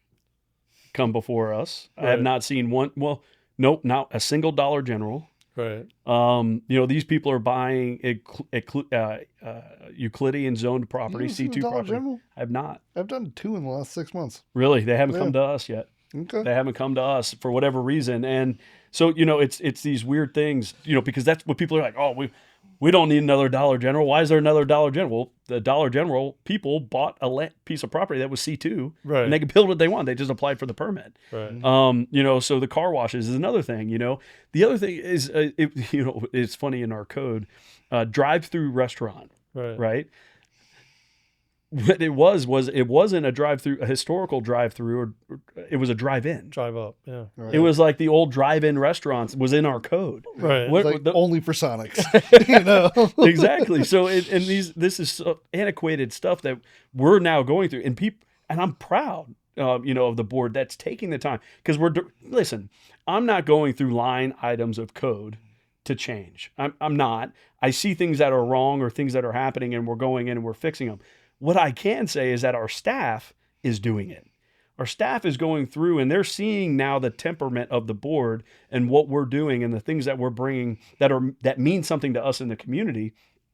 And they're starting to now say, okay, we need to go through this. We need to make this easier. It's not been updated since the 70s. We don't live in this community anymore. It's completely different. We need to take the stride and fix it.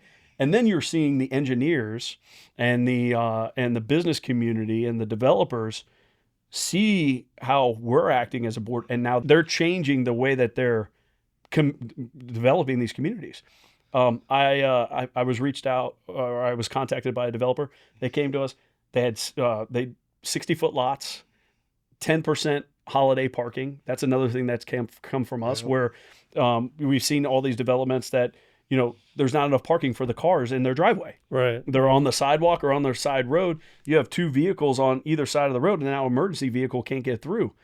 We're now requiring holiday parking, 10%, 10 to 15%. So this is parking in the development that's not in front of residential area. So that if you have a birthday party, you have a Christmas party, you have people coming in or whatever, they've got parking. Perfect. You see what I'm saying? And that came from us. That came from this board. That stuff's not going to be seen for a long time. We're seeing what previous boards have done in the past. Now, it's still us, right? We're still responsible for that because we're the board now. Whatever the previous board's decisions they make, we got to live with.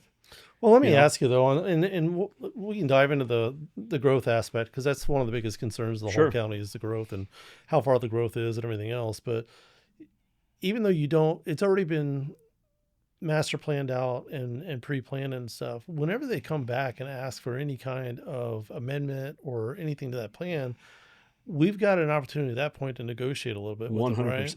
100%. Well, and a master plan only can survive for 2 to 5 years, right? So if you're outside of that process where you're not moving forward anymore, you do have to submit a new master plan. No, I get that, but and even that's a whole nother subject because it's 2 years right now, and I think there's talks of moving it to 5 years. Well, the reason that the talks are moving it to 5 years is because, excuse me, with the delays of construction, our permitting process and all this, it was very difficult to get through the state agencies, through all the different agencies in that 24-month time frame. But we've got a contingency there to where they can adjust that as long as they're working through the process. And we just did that this last week where we approved one because he's been working with us through the whole process. It's taken longer, so we're gonna add it for another 2 years because he's been working on the process. So we've got something in place to do.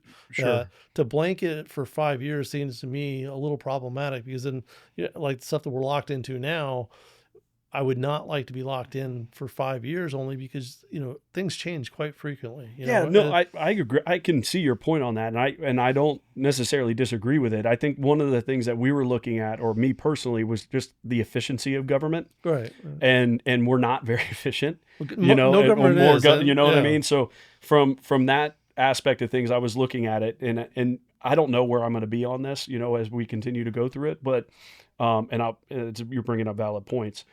But the efficiencies, right? Our meetings currently are 12, 14, 16 hours. Oh, I've watched at times, them, yeah. So they all kind of get clogged up, and it's because of the inefficiency of government that this is all happening. If we were to extend that, what happens is in that 24-month time frame, they're having to come back and clog up other projects that are in flux because of Swift mud, right? Southwest Florida Management District that we have no control over, or utilities, Duke power lines, and just different things that are outside of our control is why they're coming back. And so what is the right time? Is it 2 years? Is it 3 years? Is it 5 years? Trying to figure out the data points on that. We are also held by statute that we have to provide these things in a matter of time, or we're actually having we find ourselves and are having to pay contractors for the delay. So, it's trying to find efficiencies in government and trying to find ways to increase efficiencies, but also, to getting lumber, to getting all the things in place, it was taking longer than that. So I think that's why it was brought up. But to your point, the PDPs are crucial. And people don't really recognize that. But that when anybody is trying to get a variance or they're looking for a deviation or any of the things outside of our code, they're bringing that forward to us, which then opens up this negotiation process, right? And this is how we're getting the holiday parking, how we're getting the silk fence inside the buffer, how we're extending buffers, how we're saying we don't want 40-foot lots, right? And it's not, they're not bringing them anymore. How we're saying, hey, listen, you have the side of the homes where, they're close to each other. We want the air conditioning and the appliance in the back. These are those types of negotiation things that we're having control and really good, back and forth with the development community. I gotta tell you, you just touched on something. That one development irritated me so much. The one you're talking, yeah. Yes. Which one was that? Is the one that happened this week? No, so I mean, look, so my role in the P&Z is to go ahead and apply the rules that are in place, to go ahead and actually look at the properties that we have and try to make sure that everything's in compliance and it matches with the neighborhood. Mm-hmm. I know there's a soundbite out there, and it was brought up in one of your commission meetings as well, about me asking for a workshop meeting with you guys at one point in time. That I understand why that isn't necessarily a great thing, and after you guys discussed it, but for us to spend 2.5, 3 hours on one application, get to a certain approval point where our entire board is like, okay, this is the best thing for it, and then it goes to you guys. You guys now get to spend another 1.5, 2 hours on it, and then revert everything that we just did anyway. Drives me crazy, man. Yeah, there's things that we've seen too, and that's so. P&Z is, in my opinion, this is just my opinion, and people can have. They're like a sand filter, right? So they're basically taking a bucket of sand and they're trying to get the rocks, the sand out and the rocks there. And then and then the developer kind of learns what the public's going to do. And then they try to, good developers or good engineers are going to take a lot of those things into consideration and then bring it to us kind of complete, if that makes sense. No, I totally agree with that. And Yeah. I think there's definitely a purpose. But there's for plenty it, of things that have been 5-0 that you guys have passed, or 4-1 that we've denied. right. 30, and this is the thing that people makes don't know. sense. I mean, because Right. I look at it, and the P&Z, and again, all the county websites are horrendous to try to find anything. But I looked at a slide that was on current county website, and it shows approval ratings denied or pushed. Basically, I forget what the terminology. And there's like, out of all the stuff that went before P&Z, I think only 3.5% were denied. I didn't know that actually existed. Yeah, I didn't either. I found it though. What was ours? Oh, I did. It was on the was- it was on the So planning I and would zoning side. almost, and I don't know the number, but just being on the board, I bet 30 to 40% of what we've seen over the last 6 to 8 months have been denied. Yeah. Well, and with that though, we'll go ahead and approve, but not approve for what they initially asked for. right, and So, that like, doesn't come out of the We mix. had a so- developer that came through that asked for 5-foot setbacks, and we don't deny the project because that's what they're asking for, but we say we're going to go ahead and make a motion to add a stipulation that they have to have 7.5-foot setbacks, and we approve it that way, and then it goes to you, and you Yeah, get so your- so that was what it was, townhomes that were, I think I remember this. I think it was townhomes that were being built. it was a property that had some multifamily on it originally. They were going to single family residence. Single family resident. And so 7.5 feet is the side setback. That's the rule. And I don't know if this is just based on the economy or what, but people are moving into homes, and I would never do it, but that are 7.5 feet from the other person's house, right? We moved to Hernando County because my wife's from South Georgia, and we couldn't, we didn't want to live in St. Pete because of the houses that we could afford were those homes. right. So I just personally, I would never live in that, but it's being directed by what people are buying. Is it being directed by what people are buying or what they're being forced into? Because, I'm the same way. I don't want to live that close to anybody at all. But at the same time, there's not a development that's being built in Hernando County right now that I'd want to move into, because I want some more space and I want, more of an estate look than just on top of each other. And I think that's what a lot of the citizens see is the developers decide, look, I want to maximize my return on this piece of property that we're going to develop. Well, and if you think you're a first-time home buyer and that's all that's available in the market for purchase at your income level or your, affordability level, then yeah, I mean, that's what you're going to end up with. So, and the other side of that is, do you want fee simple property or do you want apartments? Right. And so that's the economic driver. And then the other thing is that I've seen, and this is purely emotional, I don't know this to be true or not, but the majority of the people that are moving here now aren't residents. They're people from outside of the community that are probably used to this, or, maybe even worse conditions, right? Me personally, I would rather have fee simple property that people can purchase and own and build wealth than apartment complexes. Right. And multifamily in that aspect. If it's multifamily fee simple, which means you can own it and sell it, that's a little different. But, apartment complexes, what I've seen happen with those, they look great. They're fully occupied, and then stuff starts to happen and they start going in the opposite direction, and they become Well, something and I completely think different. that's dependent on how it's developed. I mean, Once you've the got leasing office is out and it stops being staffed by the actual developer who. well, no, I think that I definitely understand your point on that, but I also think it's how it's developed. I mean, I travel all over the country, the state, and when you get into mixed use, where you've got all your retail shops, restaurants, everything else on ground one, and then you might have offices above that, and above that you've got lease space for residences. Mm-hmm. Those seldom go to the wayside because there's too much involved right there. And I think that's what you look at. There's been studies done in the last 3 years on the trends on millennials and stuff like that. They don't even want to own a house. They want to rent. They have Right. no desire they want to be mobile when they want to pick up and go, find another job. They every couple of years they're switching jobs. I mean, it's a different mindset today than it was in the past. And I think there's a place for the residents to be multifamily, but be a little more sustainable than what you would build just a normal apartment complex, and then it gets run down and Yeah, whatever. I don't disagree with that. I think it's the type of the consumer that's moving here. Well, but I think Yeah. that's the driven by the developer. I mean, if we sit down and we talk to the developer, say, look, we're not trying to push this, but we would love for you to come in and develop this for us. Hmm. This is what I think we need. Oh no, that's definitely happening. Yeah. that happens often. But the problem, it all goes back to the economic development, right? So if you have neighborhoods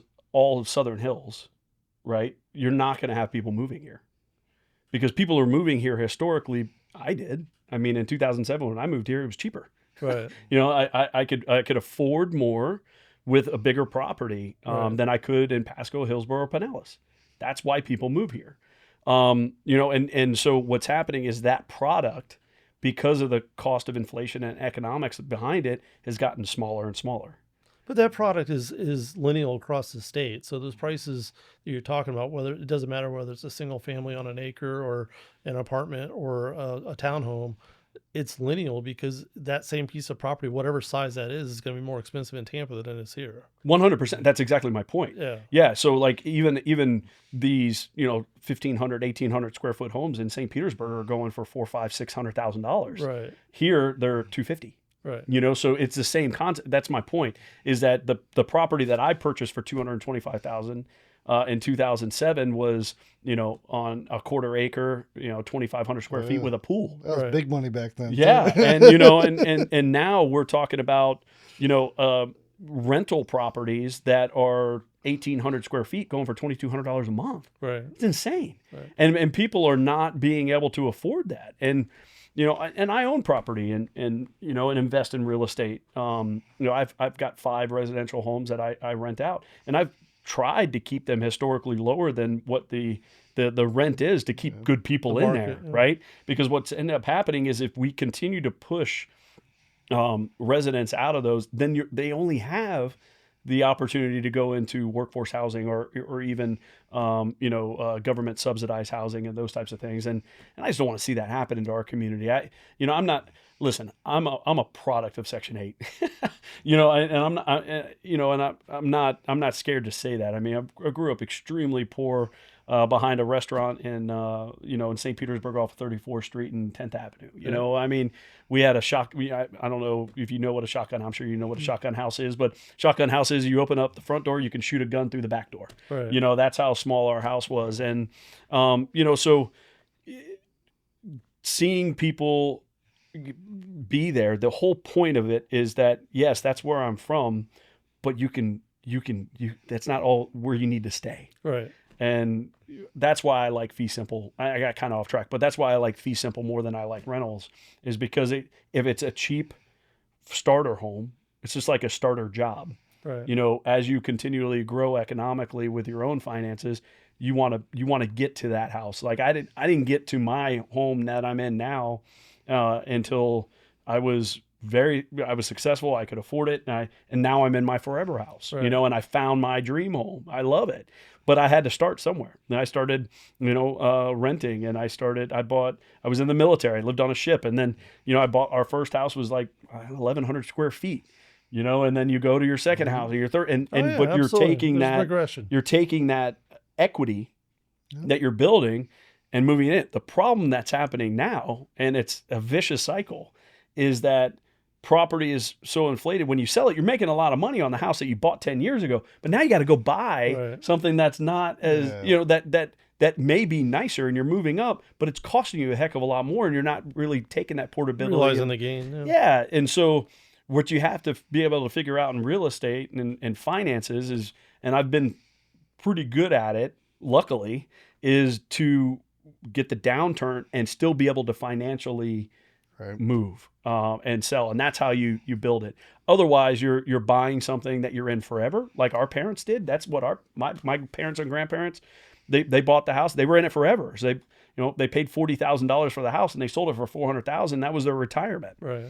Yeah, it's a little different now, and I can see the attraction of renting, especially as a millennial, because of the freedom, like you talked about. It is so interesting that you can live in North Carolina and work in California, Right. because of that, and then be able to travel around. And that's what these people or that subsection of group or people or workforce is looking for, that flexibility. That's what's attracting them to Yep. particular positions or jobs, is to be able to have that. And could you imagine? I mean, how cool would that have been when you're in your 20s and early 30s to be able to be like, Live anywhere in the world. you can live wherever you want. Yeah. If you wanted to live in Colorado and work in Florida, you could. Right. I was always stuck because, I had a pest control service company. We serviced our, it Right. wasn't, we Right. weren't working everywhere. But it's very cool to see kind of how that's transitioned, and and it'll be interesting to see what my kids end up doing with their workforce, or when they start working and that kind of thing, and what they decide to do, and how it's going to change even in 10 or 15 years. Yeah, I'm not a proponent of doing a whole bunch of apartment complexes and stuff like that. That's not the intent of that. But I think there's a place for all of it. Yeah. And it gets back to the vision of what we're trying to do in the county. And Well, the good news is, we're at 215,000 people now. The estimate in 2050 is 250,000. I think we'll be over top of that, but I don't. Pasco right now is 700,000 people. We're definitely not them. And I don't think we're ever going to be, especially with the fact that we have, 40% of our land, is protected. well, let me ask you to that extent. So we're talking about growth. 40% of the land's protected, so we're limited on what we can build out.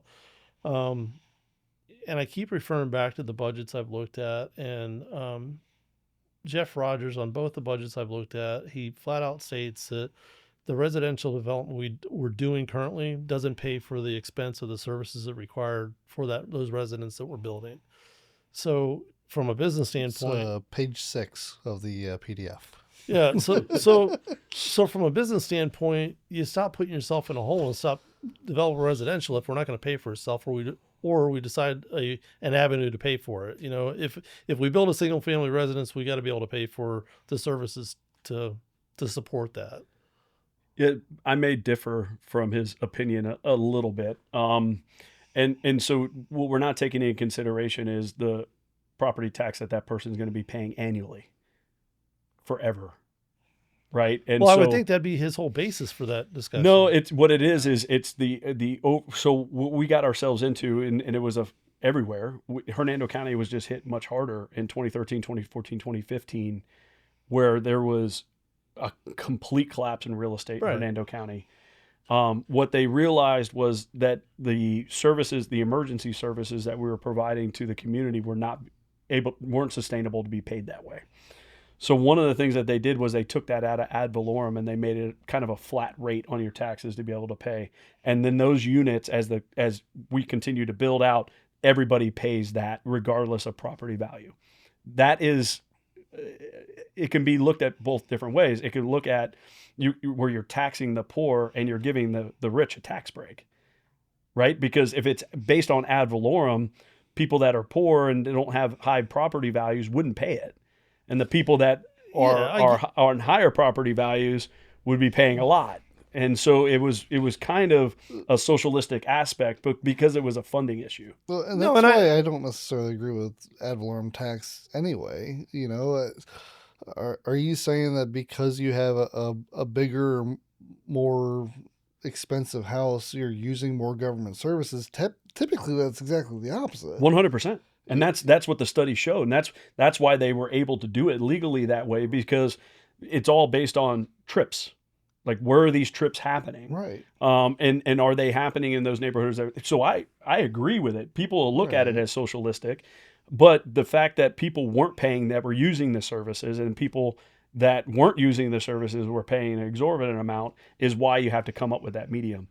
I'm not exactly sure what page 6 says in that. I don't know it well enough to quote Jeff. I'm open to the discussion about it, but over that time frame, we were broke as a county, and we were trying to figure out how we were going to fund the government, right?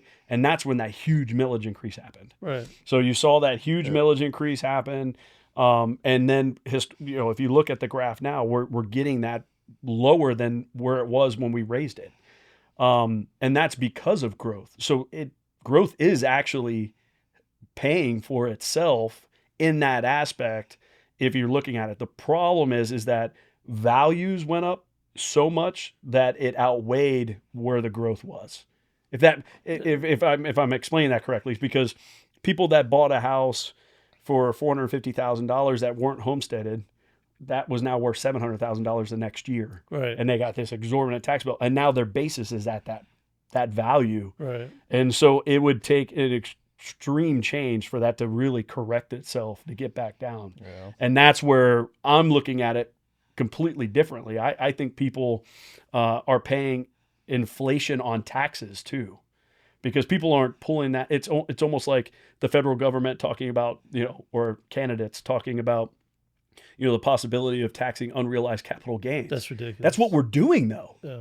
But realistically, that's what property taxes is doing to people that aren't homesteaded. Right. Is that we're taxing them on unrealized capital exactly, gains. actually.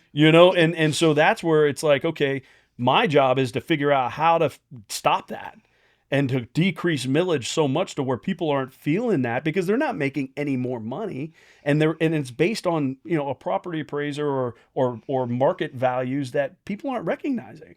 I bought my house in 2016 as a short sale. It's worth 4 or 5 times that amount, but I'm not being taxed at that. Right. Because it's moving with it. homesteaded, Yeah, I'm homesteaded. It's only going up 3% a year. And now the assessed value will continue to go up until it gets to that market value cap. But at the same time, these people that have moved here recently are 100% getting taxed on unrealized capital gains. That's why we hear so much about rollback rate during all these, budget hearings and stuff like that. I mean, it's back to the previous value, what the rate would have to be in order to go ahead and maintain the same amount of money coming in year over year. So that's tricky. So when you look at that, it sounds great, right? So you do the rollback rate and you want to stay at the same revenue. The problem is that we have all these unfunded state mandates. Yeah. And what the unfunded state mandates are your Florida retirement system, your built-in raises and all this other stuff for government. Because I'm going to be completely honest with you, the majority of the cost in government is people. Oh yeah. Just like in business, right? It's people. And so when you look at it from that perspective, in order to keep up with the services that are going on and the stuff that happens, it's very difficult to go back to the rollback rate. Very difficult, because you'll start putting yourself into a position where you're not able to fund things, and you're starting to pull from reserves, and that's where you get into a really tricky financial situation. And that's something we've been trying to balance for quite a while there. I think you guys have a directive to where you'd like the reserves to be at 25. I think it may be down to 19 something now. No, after last night, it's 22%. And this was because of something that I brought up to the board. I'm glad you kind of segued into that, because my people may not understand this. What I found out was that we were putting 25% reserves on capital projects. Why? Right. Yeah. So reserves are designed for operations. Right. So the way that, and the methodology behind the 25% is that we collect tax revenue in the rears. Right. So we have to fund government up to a quarter, maybe even half the year with reserves, so that because everybody has until March to pay their tax bill, right? And then we only budget based on 95% of those collections. So we're not ever budgeting on 100%. It's only 95% of those collections. Well, capital projects, capital infrastructure projects, building maintenance, all this other stuff, those, you budget for it. There's no reason to put another 25% on top of that, right. Because those projects may or may not get done, and we're making it look like we need a heck of a lot more money than we actually do, which in turn would lower taxes, because we're saying to our citizens, oh, well, we need to save 25% on all these projects that we want to do, maintenance projects, stuff that nobody cares about, right? They don't care about the pavement resealant at the library and the striping. They don't care about, AC at the utility the building. AC at the utility, So, and why are we putting another 25% on top of that? Why? There's just no reason for it. So what we did was we cut right around $3.5 million, or no, sorry, we had $2.5 million that was carry forward for an ERP system, which is an IT system that we've been waiting for. So that $2.5 million has been in the budget for a long period of time. So that came forward. The clerk of court made about a 6-figure adjustment on his budget.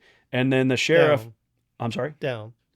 Yep. And then the sheriff did some really good investing this over the course of the year and found and has $600,000 that he's returning.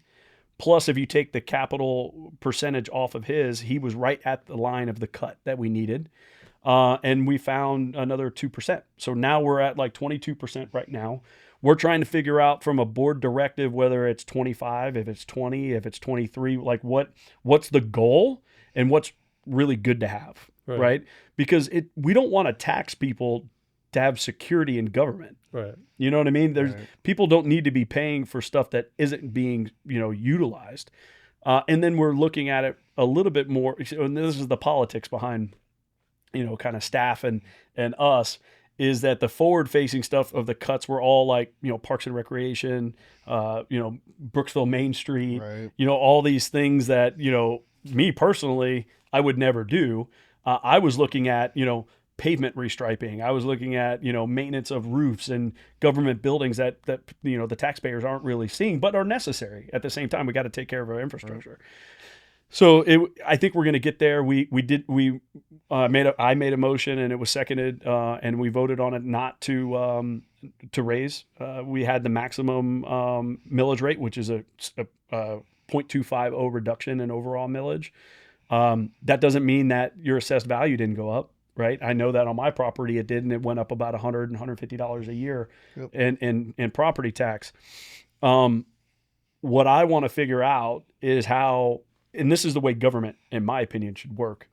When values are going up, millage should come down, right? So that you have the same revenue. And when values are going down, millage should come up. So you have the same revenue with inflation, right? So as long as you're keeping up with those things. Now, what's happened over the last 24 to 36 months is we've had all these people move here, right? We've had all these people, the population influx. It looks like a small percentage based on the overall population. It's like 3 or 4% a year. But if you think about it, it's like the most people we've ever in the history annually move here. Right. That's strained government services. And so now we're hiring to keep up with that demand because we owe it to the people that live here to provide services, which is kind of keeping our cost going this way instead of this way. So as long as if we're growing like a bit, based on inflation, revenue based on which is right now it's at 3.6%. Overall government revenue, property value tax collection is about 3.6% increase. So I'm okay with that because I think it covers inflation and it covers growth and it covers the overall unfunded mandates. What I don't want to see is us get into a place where we're starting to lose revenue because of tax, and now we're raising millage to keep up with that. That's when we're taxing our property owners. It just seems like a flawed system overall. It is 100%. Because I agree with it. Your financial analysis makes perfect sense. I mean, I understand, why all that theoretically works, and it works great while property values are going up. Mm-hmm. When it doesn't work so great is when a market tanks like it did in 2008 and all the property values drop, and then we hit everybody with a large tax increase on a millage rate. So there's a lot of pushback and there's a lot of politics involved. So my fix for that is not to increase revenue. Mine is to hold the line. Right. So if you're already paying $1,500 a year in property tax, you're not going to pay $1,800 next year. You're going to still pay $1,500. Right. But it's going to be a higher millage to get to that. Right. If that makes sense. So that revenue really doesn't decrease. Now, if the revenue starts to decrease, then in our strategic plan, what I've said to the administration and the staff is I want to see the scenario when we start losing revenue, what gets cut. Right. What are non-essential services? Because as an elected official, my number one responsibility is safety. Right. That's it. Everything else is just ancillary. Now, you will have a revolt if your toilets don't flush and the water doesn't turn on and the garbage is not picked up. Those are three things. Your toilets need to flush, your water needs to be working, and we need to pick up your garbage. Otherwise, you're going to have riots everywhere. Right. So if we can protect you from a sheriff and a fire department standpoint, we can pick up your trash, we make sure your water's running and your toilet's flush. Those are the essential services, in my opinion. Right. Everything else is up for debate. Yeah, and I get that in a grand scheme of things, worst case scenario thing. I think where a lot of the citizens are struggling right now, accepting the growth isn't necessarily the growth itself, but it's how we manage the growth. And you've got communities that, just feel like, yeah, we've got all this growth going on in the county, and I'm having to deal with all the side effects of it, but my particular part of the county isn't being maintained. Mm-hmm. And talking with Nick on some stuff that, where different funds come from and things like that.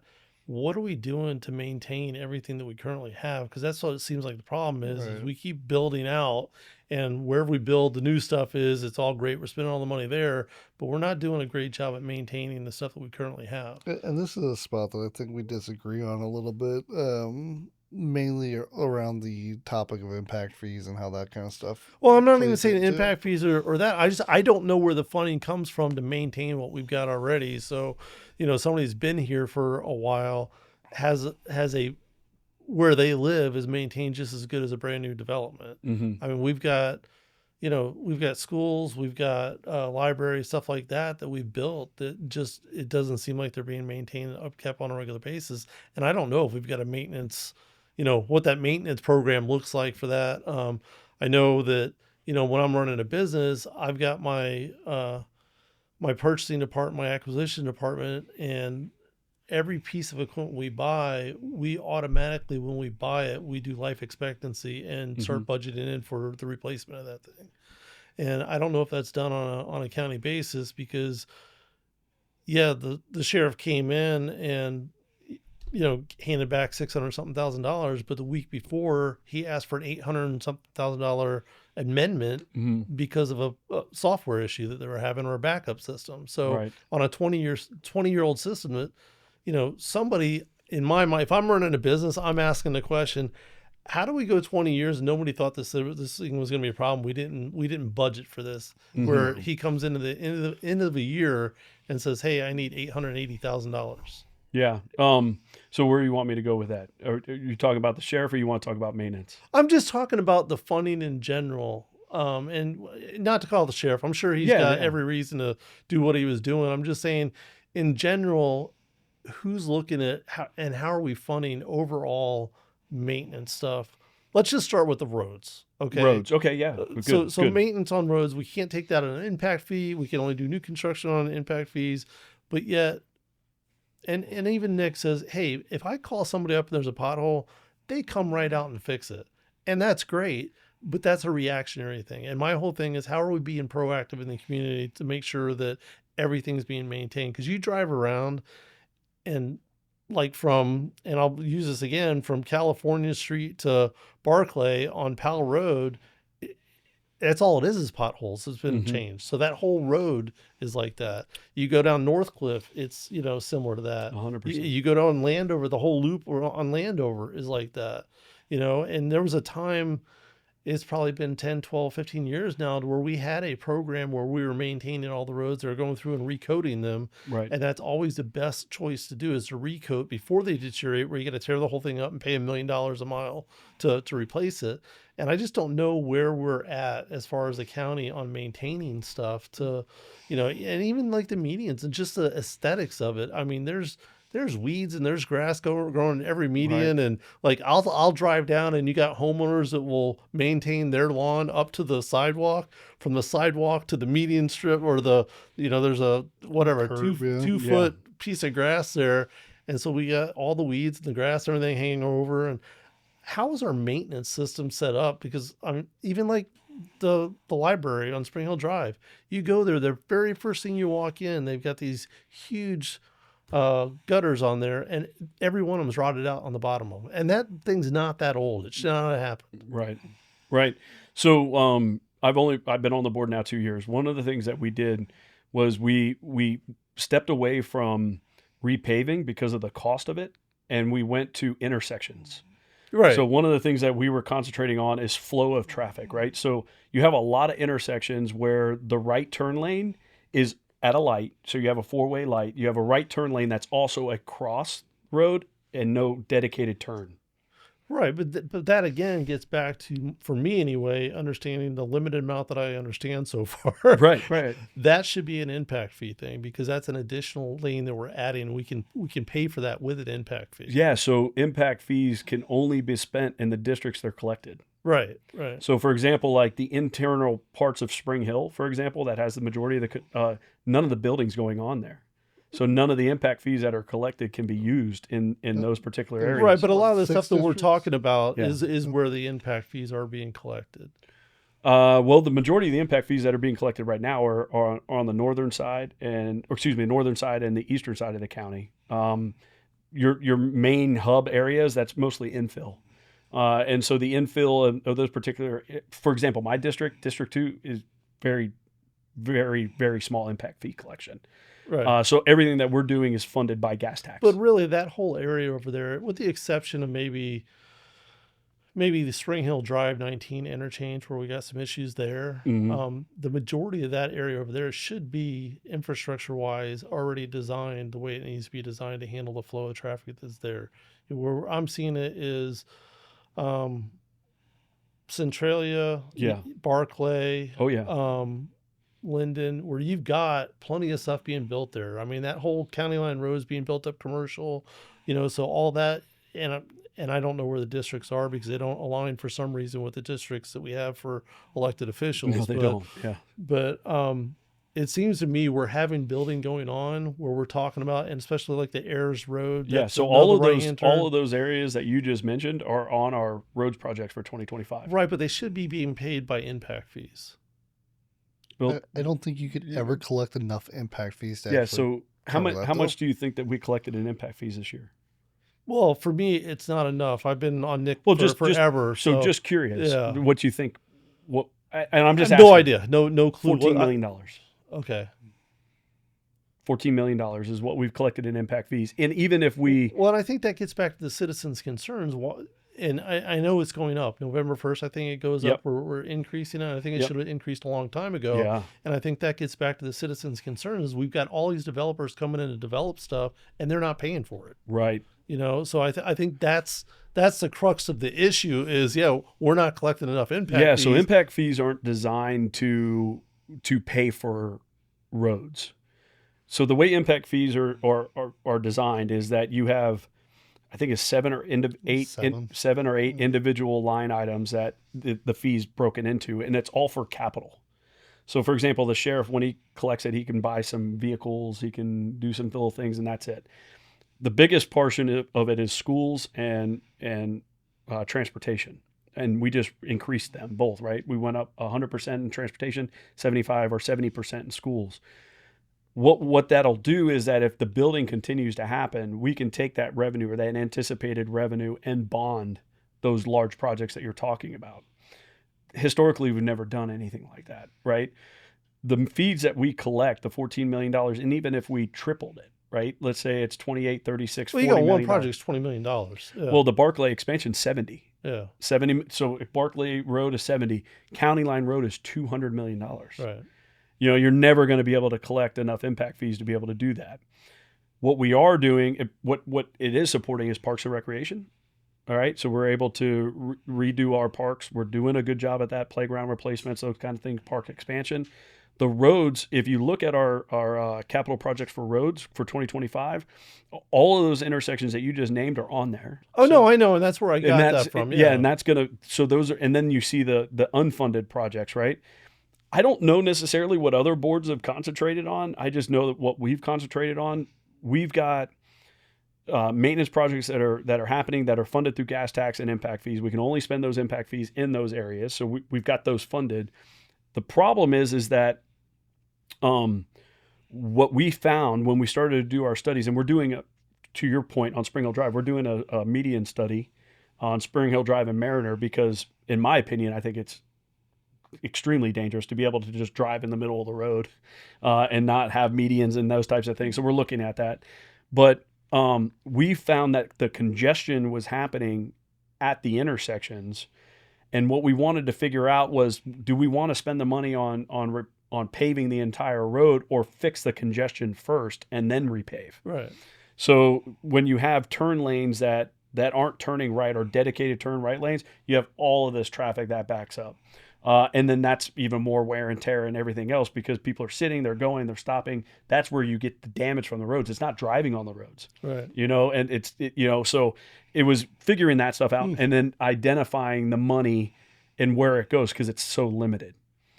Where if funding wasn't an issue, right, it would be beautiful.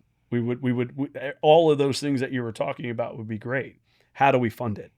Right? Where Well, do we get the and revenue I think from? that's what I'm asking is how are we funding that? Because, I know. So it's by statute, it's gas tax, right? It's the transportation millage rate, and then it's impact fees. Those are the only three funding sources. Right. So to recondition a road can't be done with impact fees. So No, that's a maintenance project. right, it's a maintenance project that's generally paid for through the gas tax.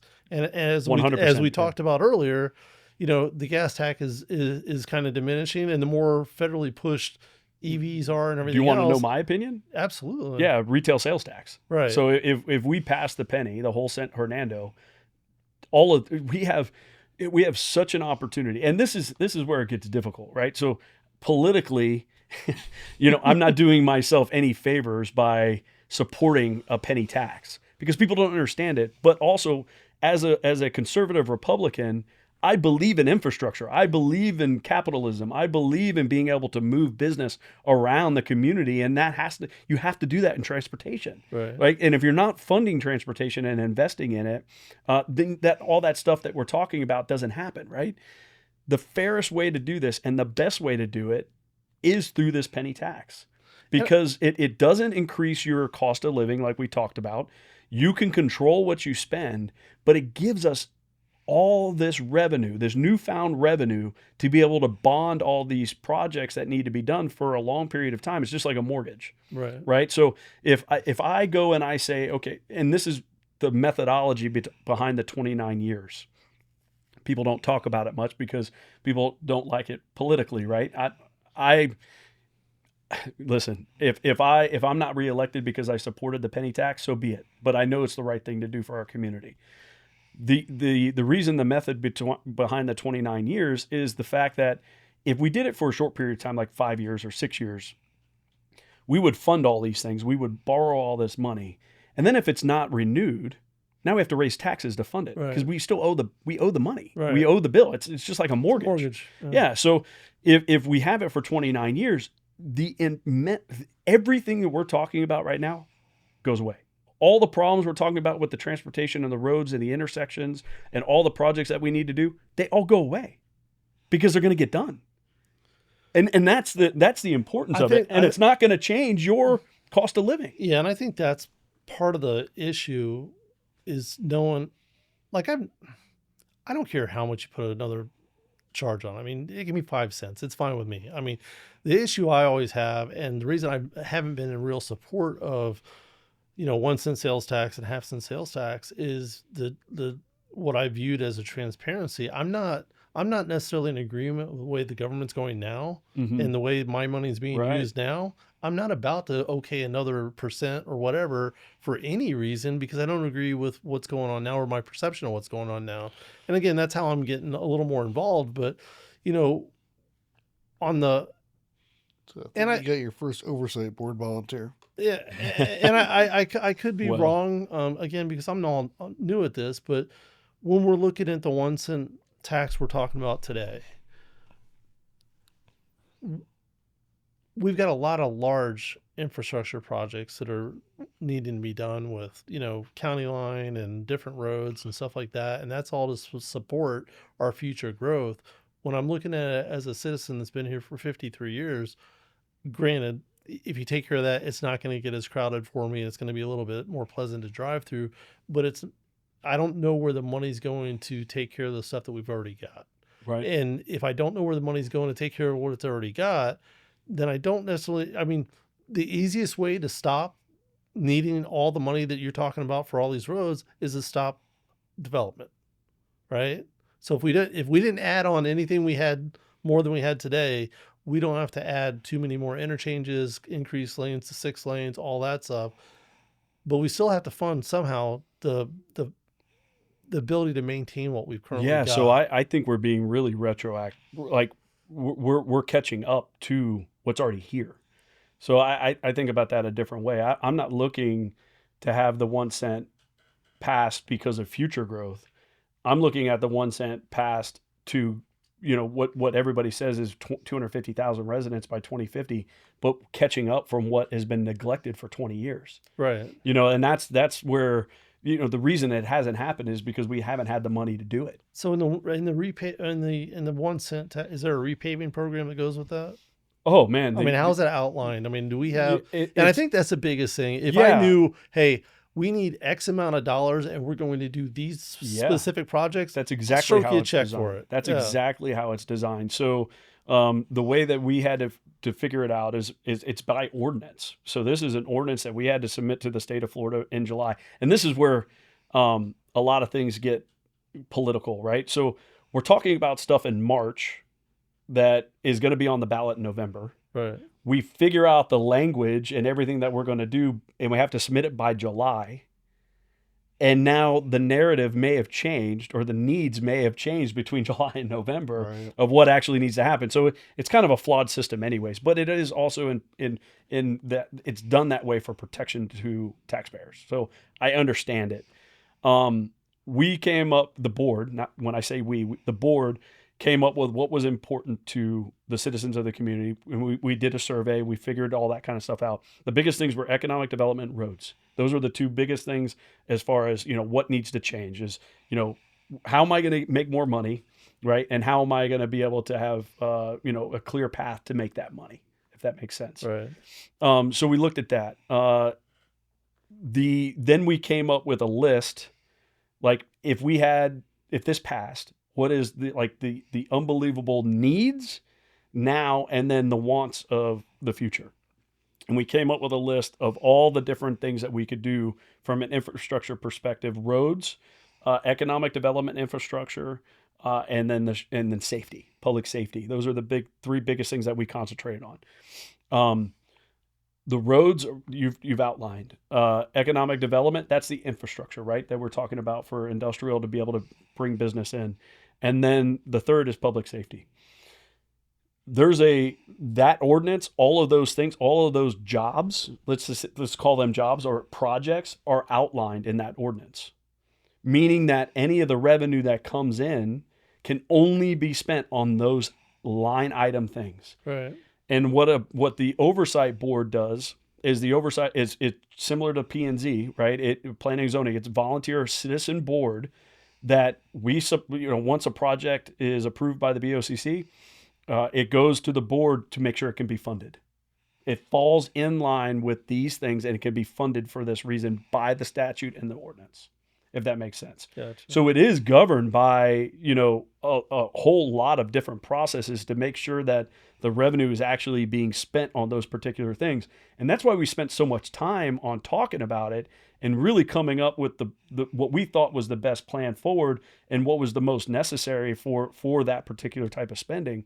Because we didn't want it to be and I hate to do this, but we didn't want it to be kind of like what happened with the school board, where it wasn't funding what it was necessarily meant to fund. Right. We wanted to make sure that it was that way. And now every 5 years or 6 years, citizen input, the Board of County Commissioners can come up with additions to that ordinance, or things that, 10 years from now that we're not thinking about that are important, we can add to it by a vote so that we can have those funding mechanisms in place. What this also does is it removes it from the property owners and from gas tax, because gas tax is going to continue to go down.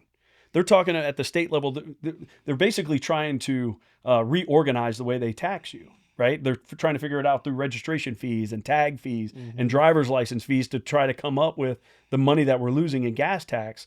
If fuel goes or gas goes away altogether, which I don't see happening, but if it ever does, it's just like anything else. I want to buy the most cost-effective vehicle possible. I want to buy the one that has the least maintenance, that doesn't take, that has the less fuel, is the most economical to be able to get around. Trucking's going to figure that out.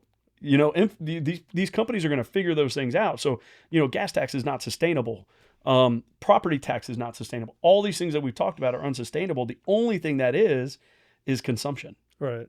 Is consumption and what you decide to do. But to go back to those things, we're way behind. It's not about new growth. In my opinion, we are way behind in this stuff. Barclay needed to be expanded 15 years ago. Right. County Line Road needed to be done 10 years ago. right? You look at the stuff that's going on, like Centralia. Centralia, right now it's a road to nowhere right now, and now we're talking about, and we're working with DOT to get The expressway the exit. expressway exit, so that we can have that flow of traffic. Right. County Line Road, we're in communication right now with DOT as well, and we made the argument. Well, you have two governments that are kind of not on the same page, right? Pasco County's not really thinking about it right now, and Hernando County, it's a need. So it's not a want, it's a need. Pasco County's like, we'll get to it when we can get to it. In my opinion, it's an evacuation route, right? And Florida, the state of Florida, the majority of their roads that they own and maintain as the state are evacuation routes, are to get people in and out, or to have trucking infrastructure and all that kind of stuff to keep business moving. County Line Road's that. So if we can figure out a way to work with the state and maybe even turn County Line Road over to the state, they would maintain it. It would come out of our budget altogether. Yeah, and I think that'd be the best course of action. 100%. I was kind of shocked, and I understand it's a county road, but it's actually on two counties, so that makes it difficult to begin with. But yeah, you would think with the evacuation routes and everything else that it would be turned over to the state and say, hey, this is another state road you guys need to maintain. Now we have to take another road on. So there's never the state's never taking on more roads. They're kind of they'll take on the road and then they'll give you a road. But generally, what happens with that is that the road that we get, it'd probably be like 98 or something, is in much better condition than the current road that we're giving away. Right. So it generally works in the favor. But I think the thing that nobody wants to talk about taxing themselves, right? Nobody wants to talk about. And nobody agrees. I know in my circles, nobody agrees with taxing themselves, extra or whatever. I look at it from a business perspective, right? And I try to give people my opinion. I'm listening to everybody as well. There's a lot of people saying no. People are hurting. There's no new taxes. There's no the difficulty and the reality of it. And this is something you probably don't hear a lot from politicians or elected officials. Is what's coming is going to be a hell of a lot worse if this doesn't happen. Right. Because one or two things are going to happen, right? Either property tax, because I may not be on the board in 2 years, right? I might be, lose an election, or I decide to do something else. I haven't made that decision yet. Boards change. If people believe, let's just say we have people that believe that we need to tax our way out of this, it's going to be on the property owners, or it's not ever going to get done. Right. And they're just going to continue to kick the can down the road. The people are still going to come. It's going to get even worse. And now we're imploding from within because we can't do anything. Well, not only that, I mean, a roadway that would have cost $20 million to fix at that point in time when you could have fixed it, kicking it down the road is now $27 million because of the way that material goes. Yeah. So. And I don't necessarily think it was bad boards or bad staff in the past of why we didn't get this stuff done. I think it was just it's always been a revenue issue, right? Because we do not have cities. We do not have incorporated areas, and nor do we. Like, for example, we're not going to incorporate Spring Hill, right? You're going to pay more tax. Right. So if we have an incorporated Spring Hill, then you have a Spring Hill Police Department, you have a Spring Hill Fire Department, you have Spring Hill Water, you have Spring Hill Sewer, all these things, it comes off of the county charter now. Right. The county's not responsible for it anymore. Now it's the municipality. So now the municipality, what are they going to do? They're going to tax you. And it's going to be more. So if you live in the city of Brooksville, you pay more property tax than the people in Spring Hill. Right. Because you're paying the city of Brooksville tax. So, I mean, it's a really unique situation. It's one of the reasons why I ran. Because I'm going to be honest with you, and because I feel like this time in our history in Hernando County is going to shape what it is 30 years from now. I mean, and that's what we talked about. I think this is a kind of a pivotal time. It's a pivotal moment. And whether or not it passes, will speak volumes. Right. Because, the citizens want roads. The citizens want infrastructure. The citizens want parks. The citizens want all of these things, but they don't want to pay for those things. Which right? I just don't understand. I've got no problem paying for whatever I want as long as I know I'm paying for the right thing and there's some value added to it. So, and to me, maybe we're in a different economic situation. I'm not saying I want more tax. I don't want the federal government to be listening in on this and say, hey, let's pump up that income tax. And Well, no, I paid enough last year, man. exactly.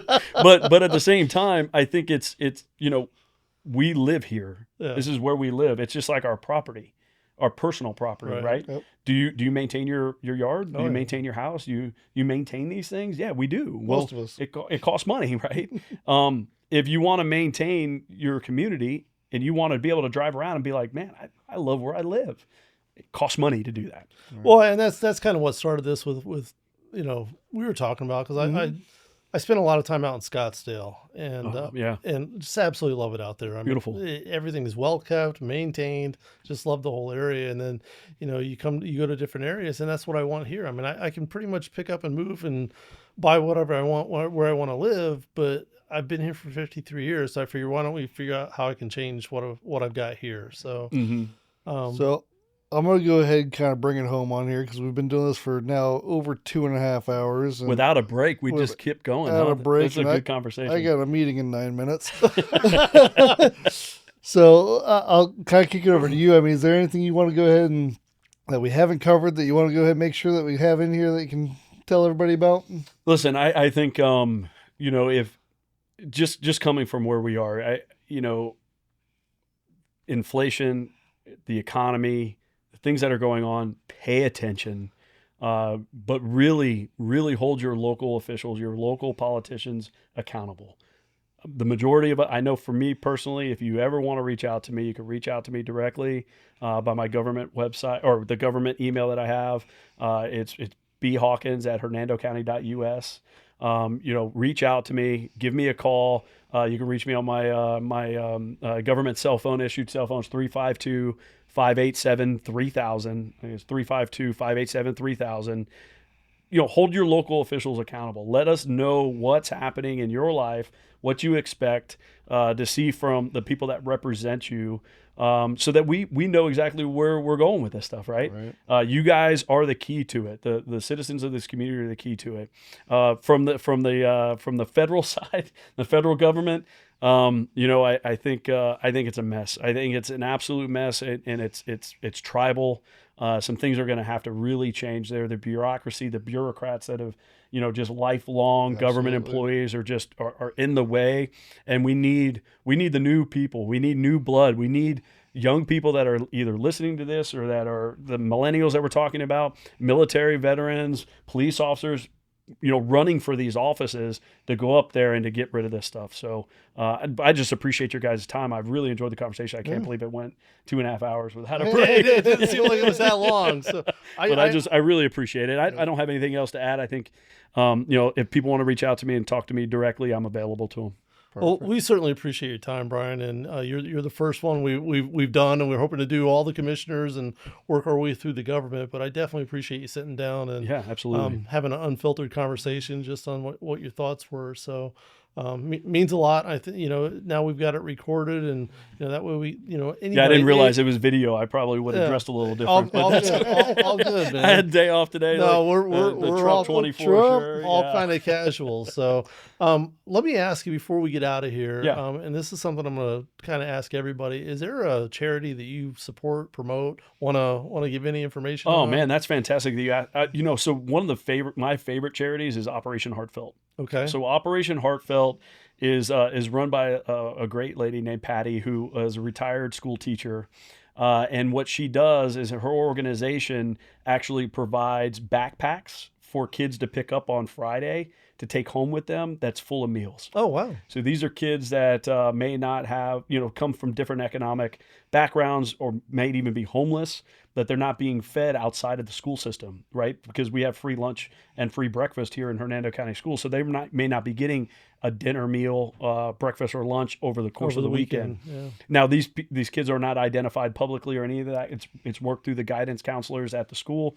They fill these backpacks up. They deliver them every Friday, and these kids, take these backpacks home and I have actually food. had no idea about that organization. Yeah, That's it's called crazy. Operation And, Heartfelt. and that's why I want to start doing this, because you and I were talking about an organization you're involved with that I had no idea about. That Possibility. yeah, that Possibilities, I think, yeah. so I'm on So the board of Possibilities Poss- is another great one. Yeah, Wayne Cordova and his team is fantastic. But Operation Heartfelt, 100% of the proceeds go back to it. They actually got a donation from Hard Rock down in Tampa. Really? So it's funny because you've heard of the Big and Rich, right? The country music musicians. Well, Big Kenny was her student Oh wow! in Really? elementary school. And so they've kept in touch over these years, and their band is huge supporters of Operation Heartfelt. And they'll do free concerts and Yeah, meet sure. and greets That's and stuff like awesome. that to help support them. But I've always supported Operation Heartfelt. It's something that just kind of pulled to me, and it's just such a great organization. Possibilities is another one. My wife and I are extremely not involved with it, but anytime we have an opportunity to give to Possibilities, we do. The third one is Jericho Road Ministries. What Andrew Chamberlain and his team are doing over there for our community. Yep. And our family actually knew, my mom and dad knew the original pastor that started Jericho, and to see where Jericho has come over the course of the years and what they're doing in the community. Those are the three that I try to support regularly if I can. But Operation Heartfelt is one that's not, it's well known in Brooksville. It's not really known throughout Hernando County, Right. but it is such a great organization. That's Feeding awesome. feeding young, hungry tummies. Yep. Perfect. It's Perfect. good stuff. Well, again, thank you so much, Brian, for joining us, and Nick. And anybody got any last words? I appreciate the All conversation. right, we're gonna I can't wrap. believe it stayed civil the whole time. P&Z and a BOCC guy and the dad and Yeah. So I think that's the part we can all have civil conversations. It's I what think we're that's missing. what's It's what we're missing. missing. Yeah, Yeah, absolutely. absolutely. Well, All I right. appreciate Thank it. you very much, Brian. Thank you, sir. Yep. Appreciate it.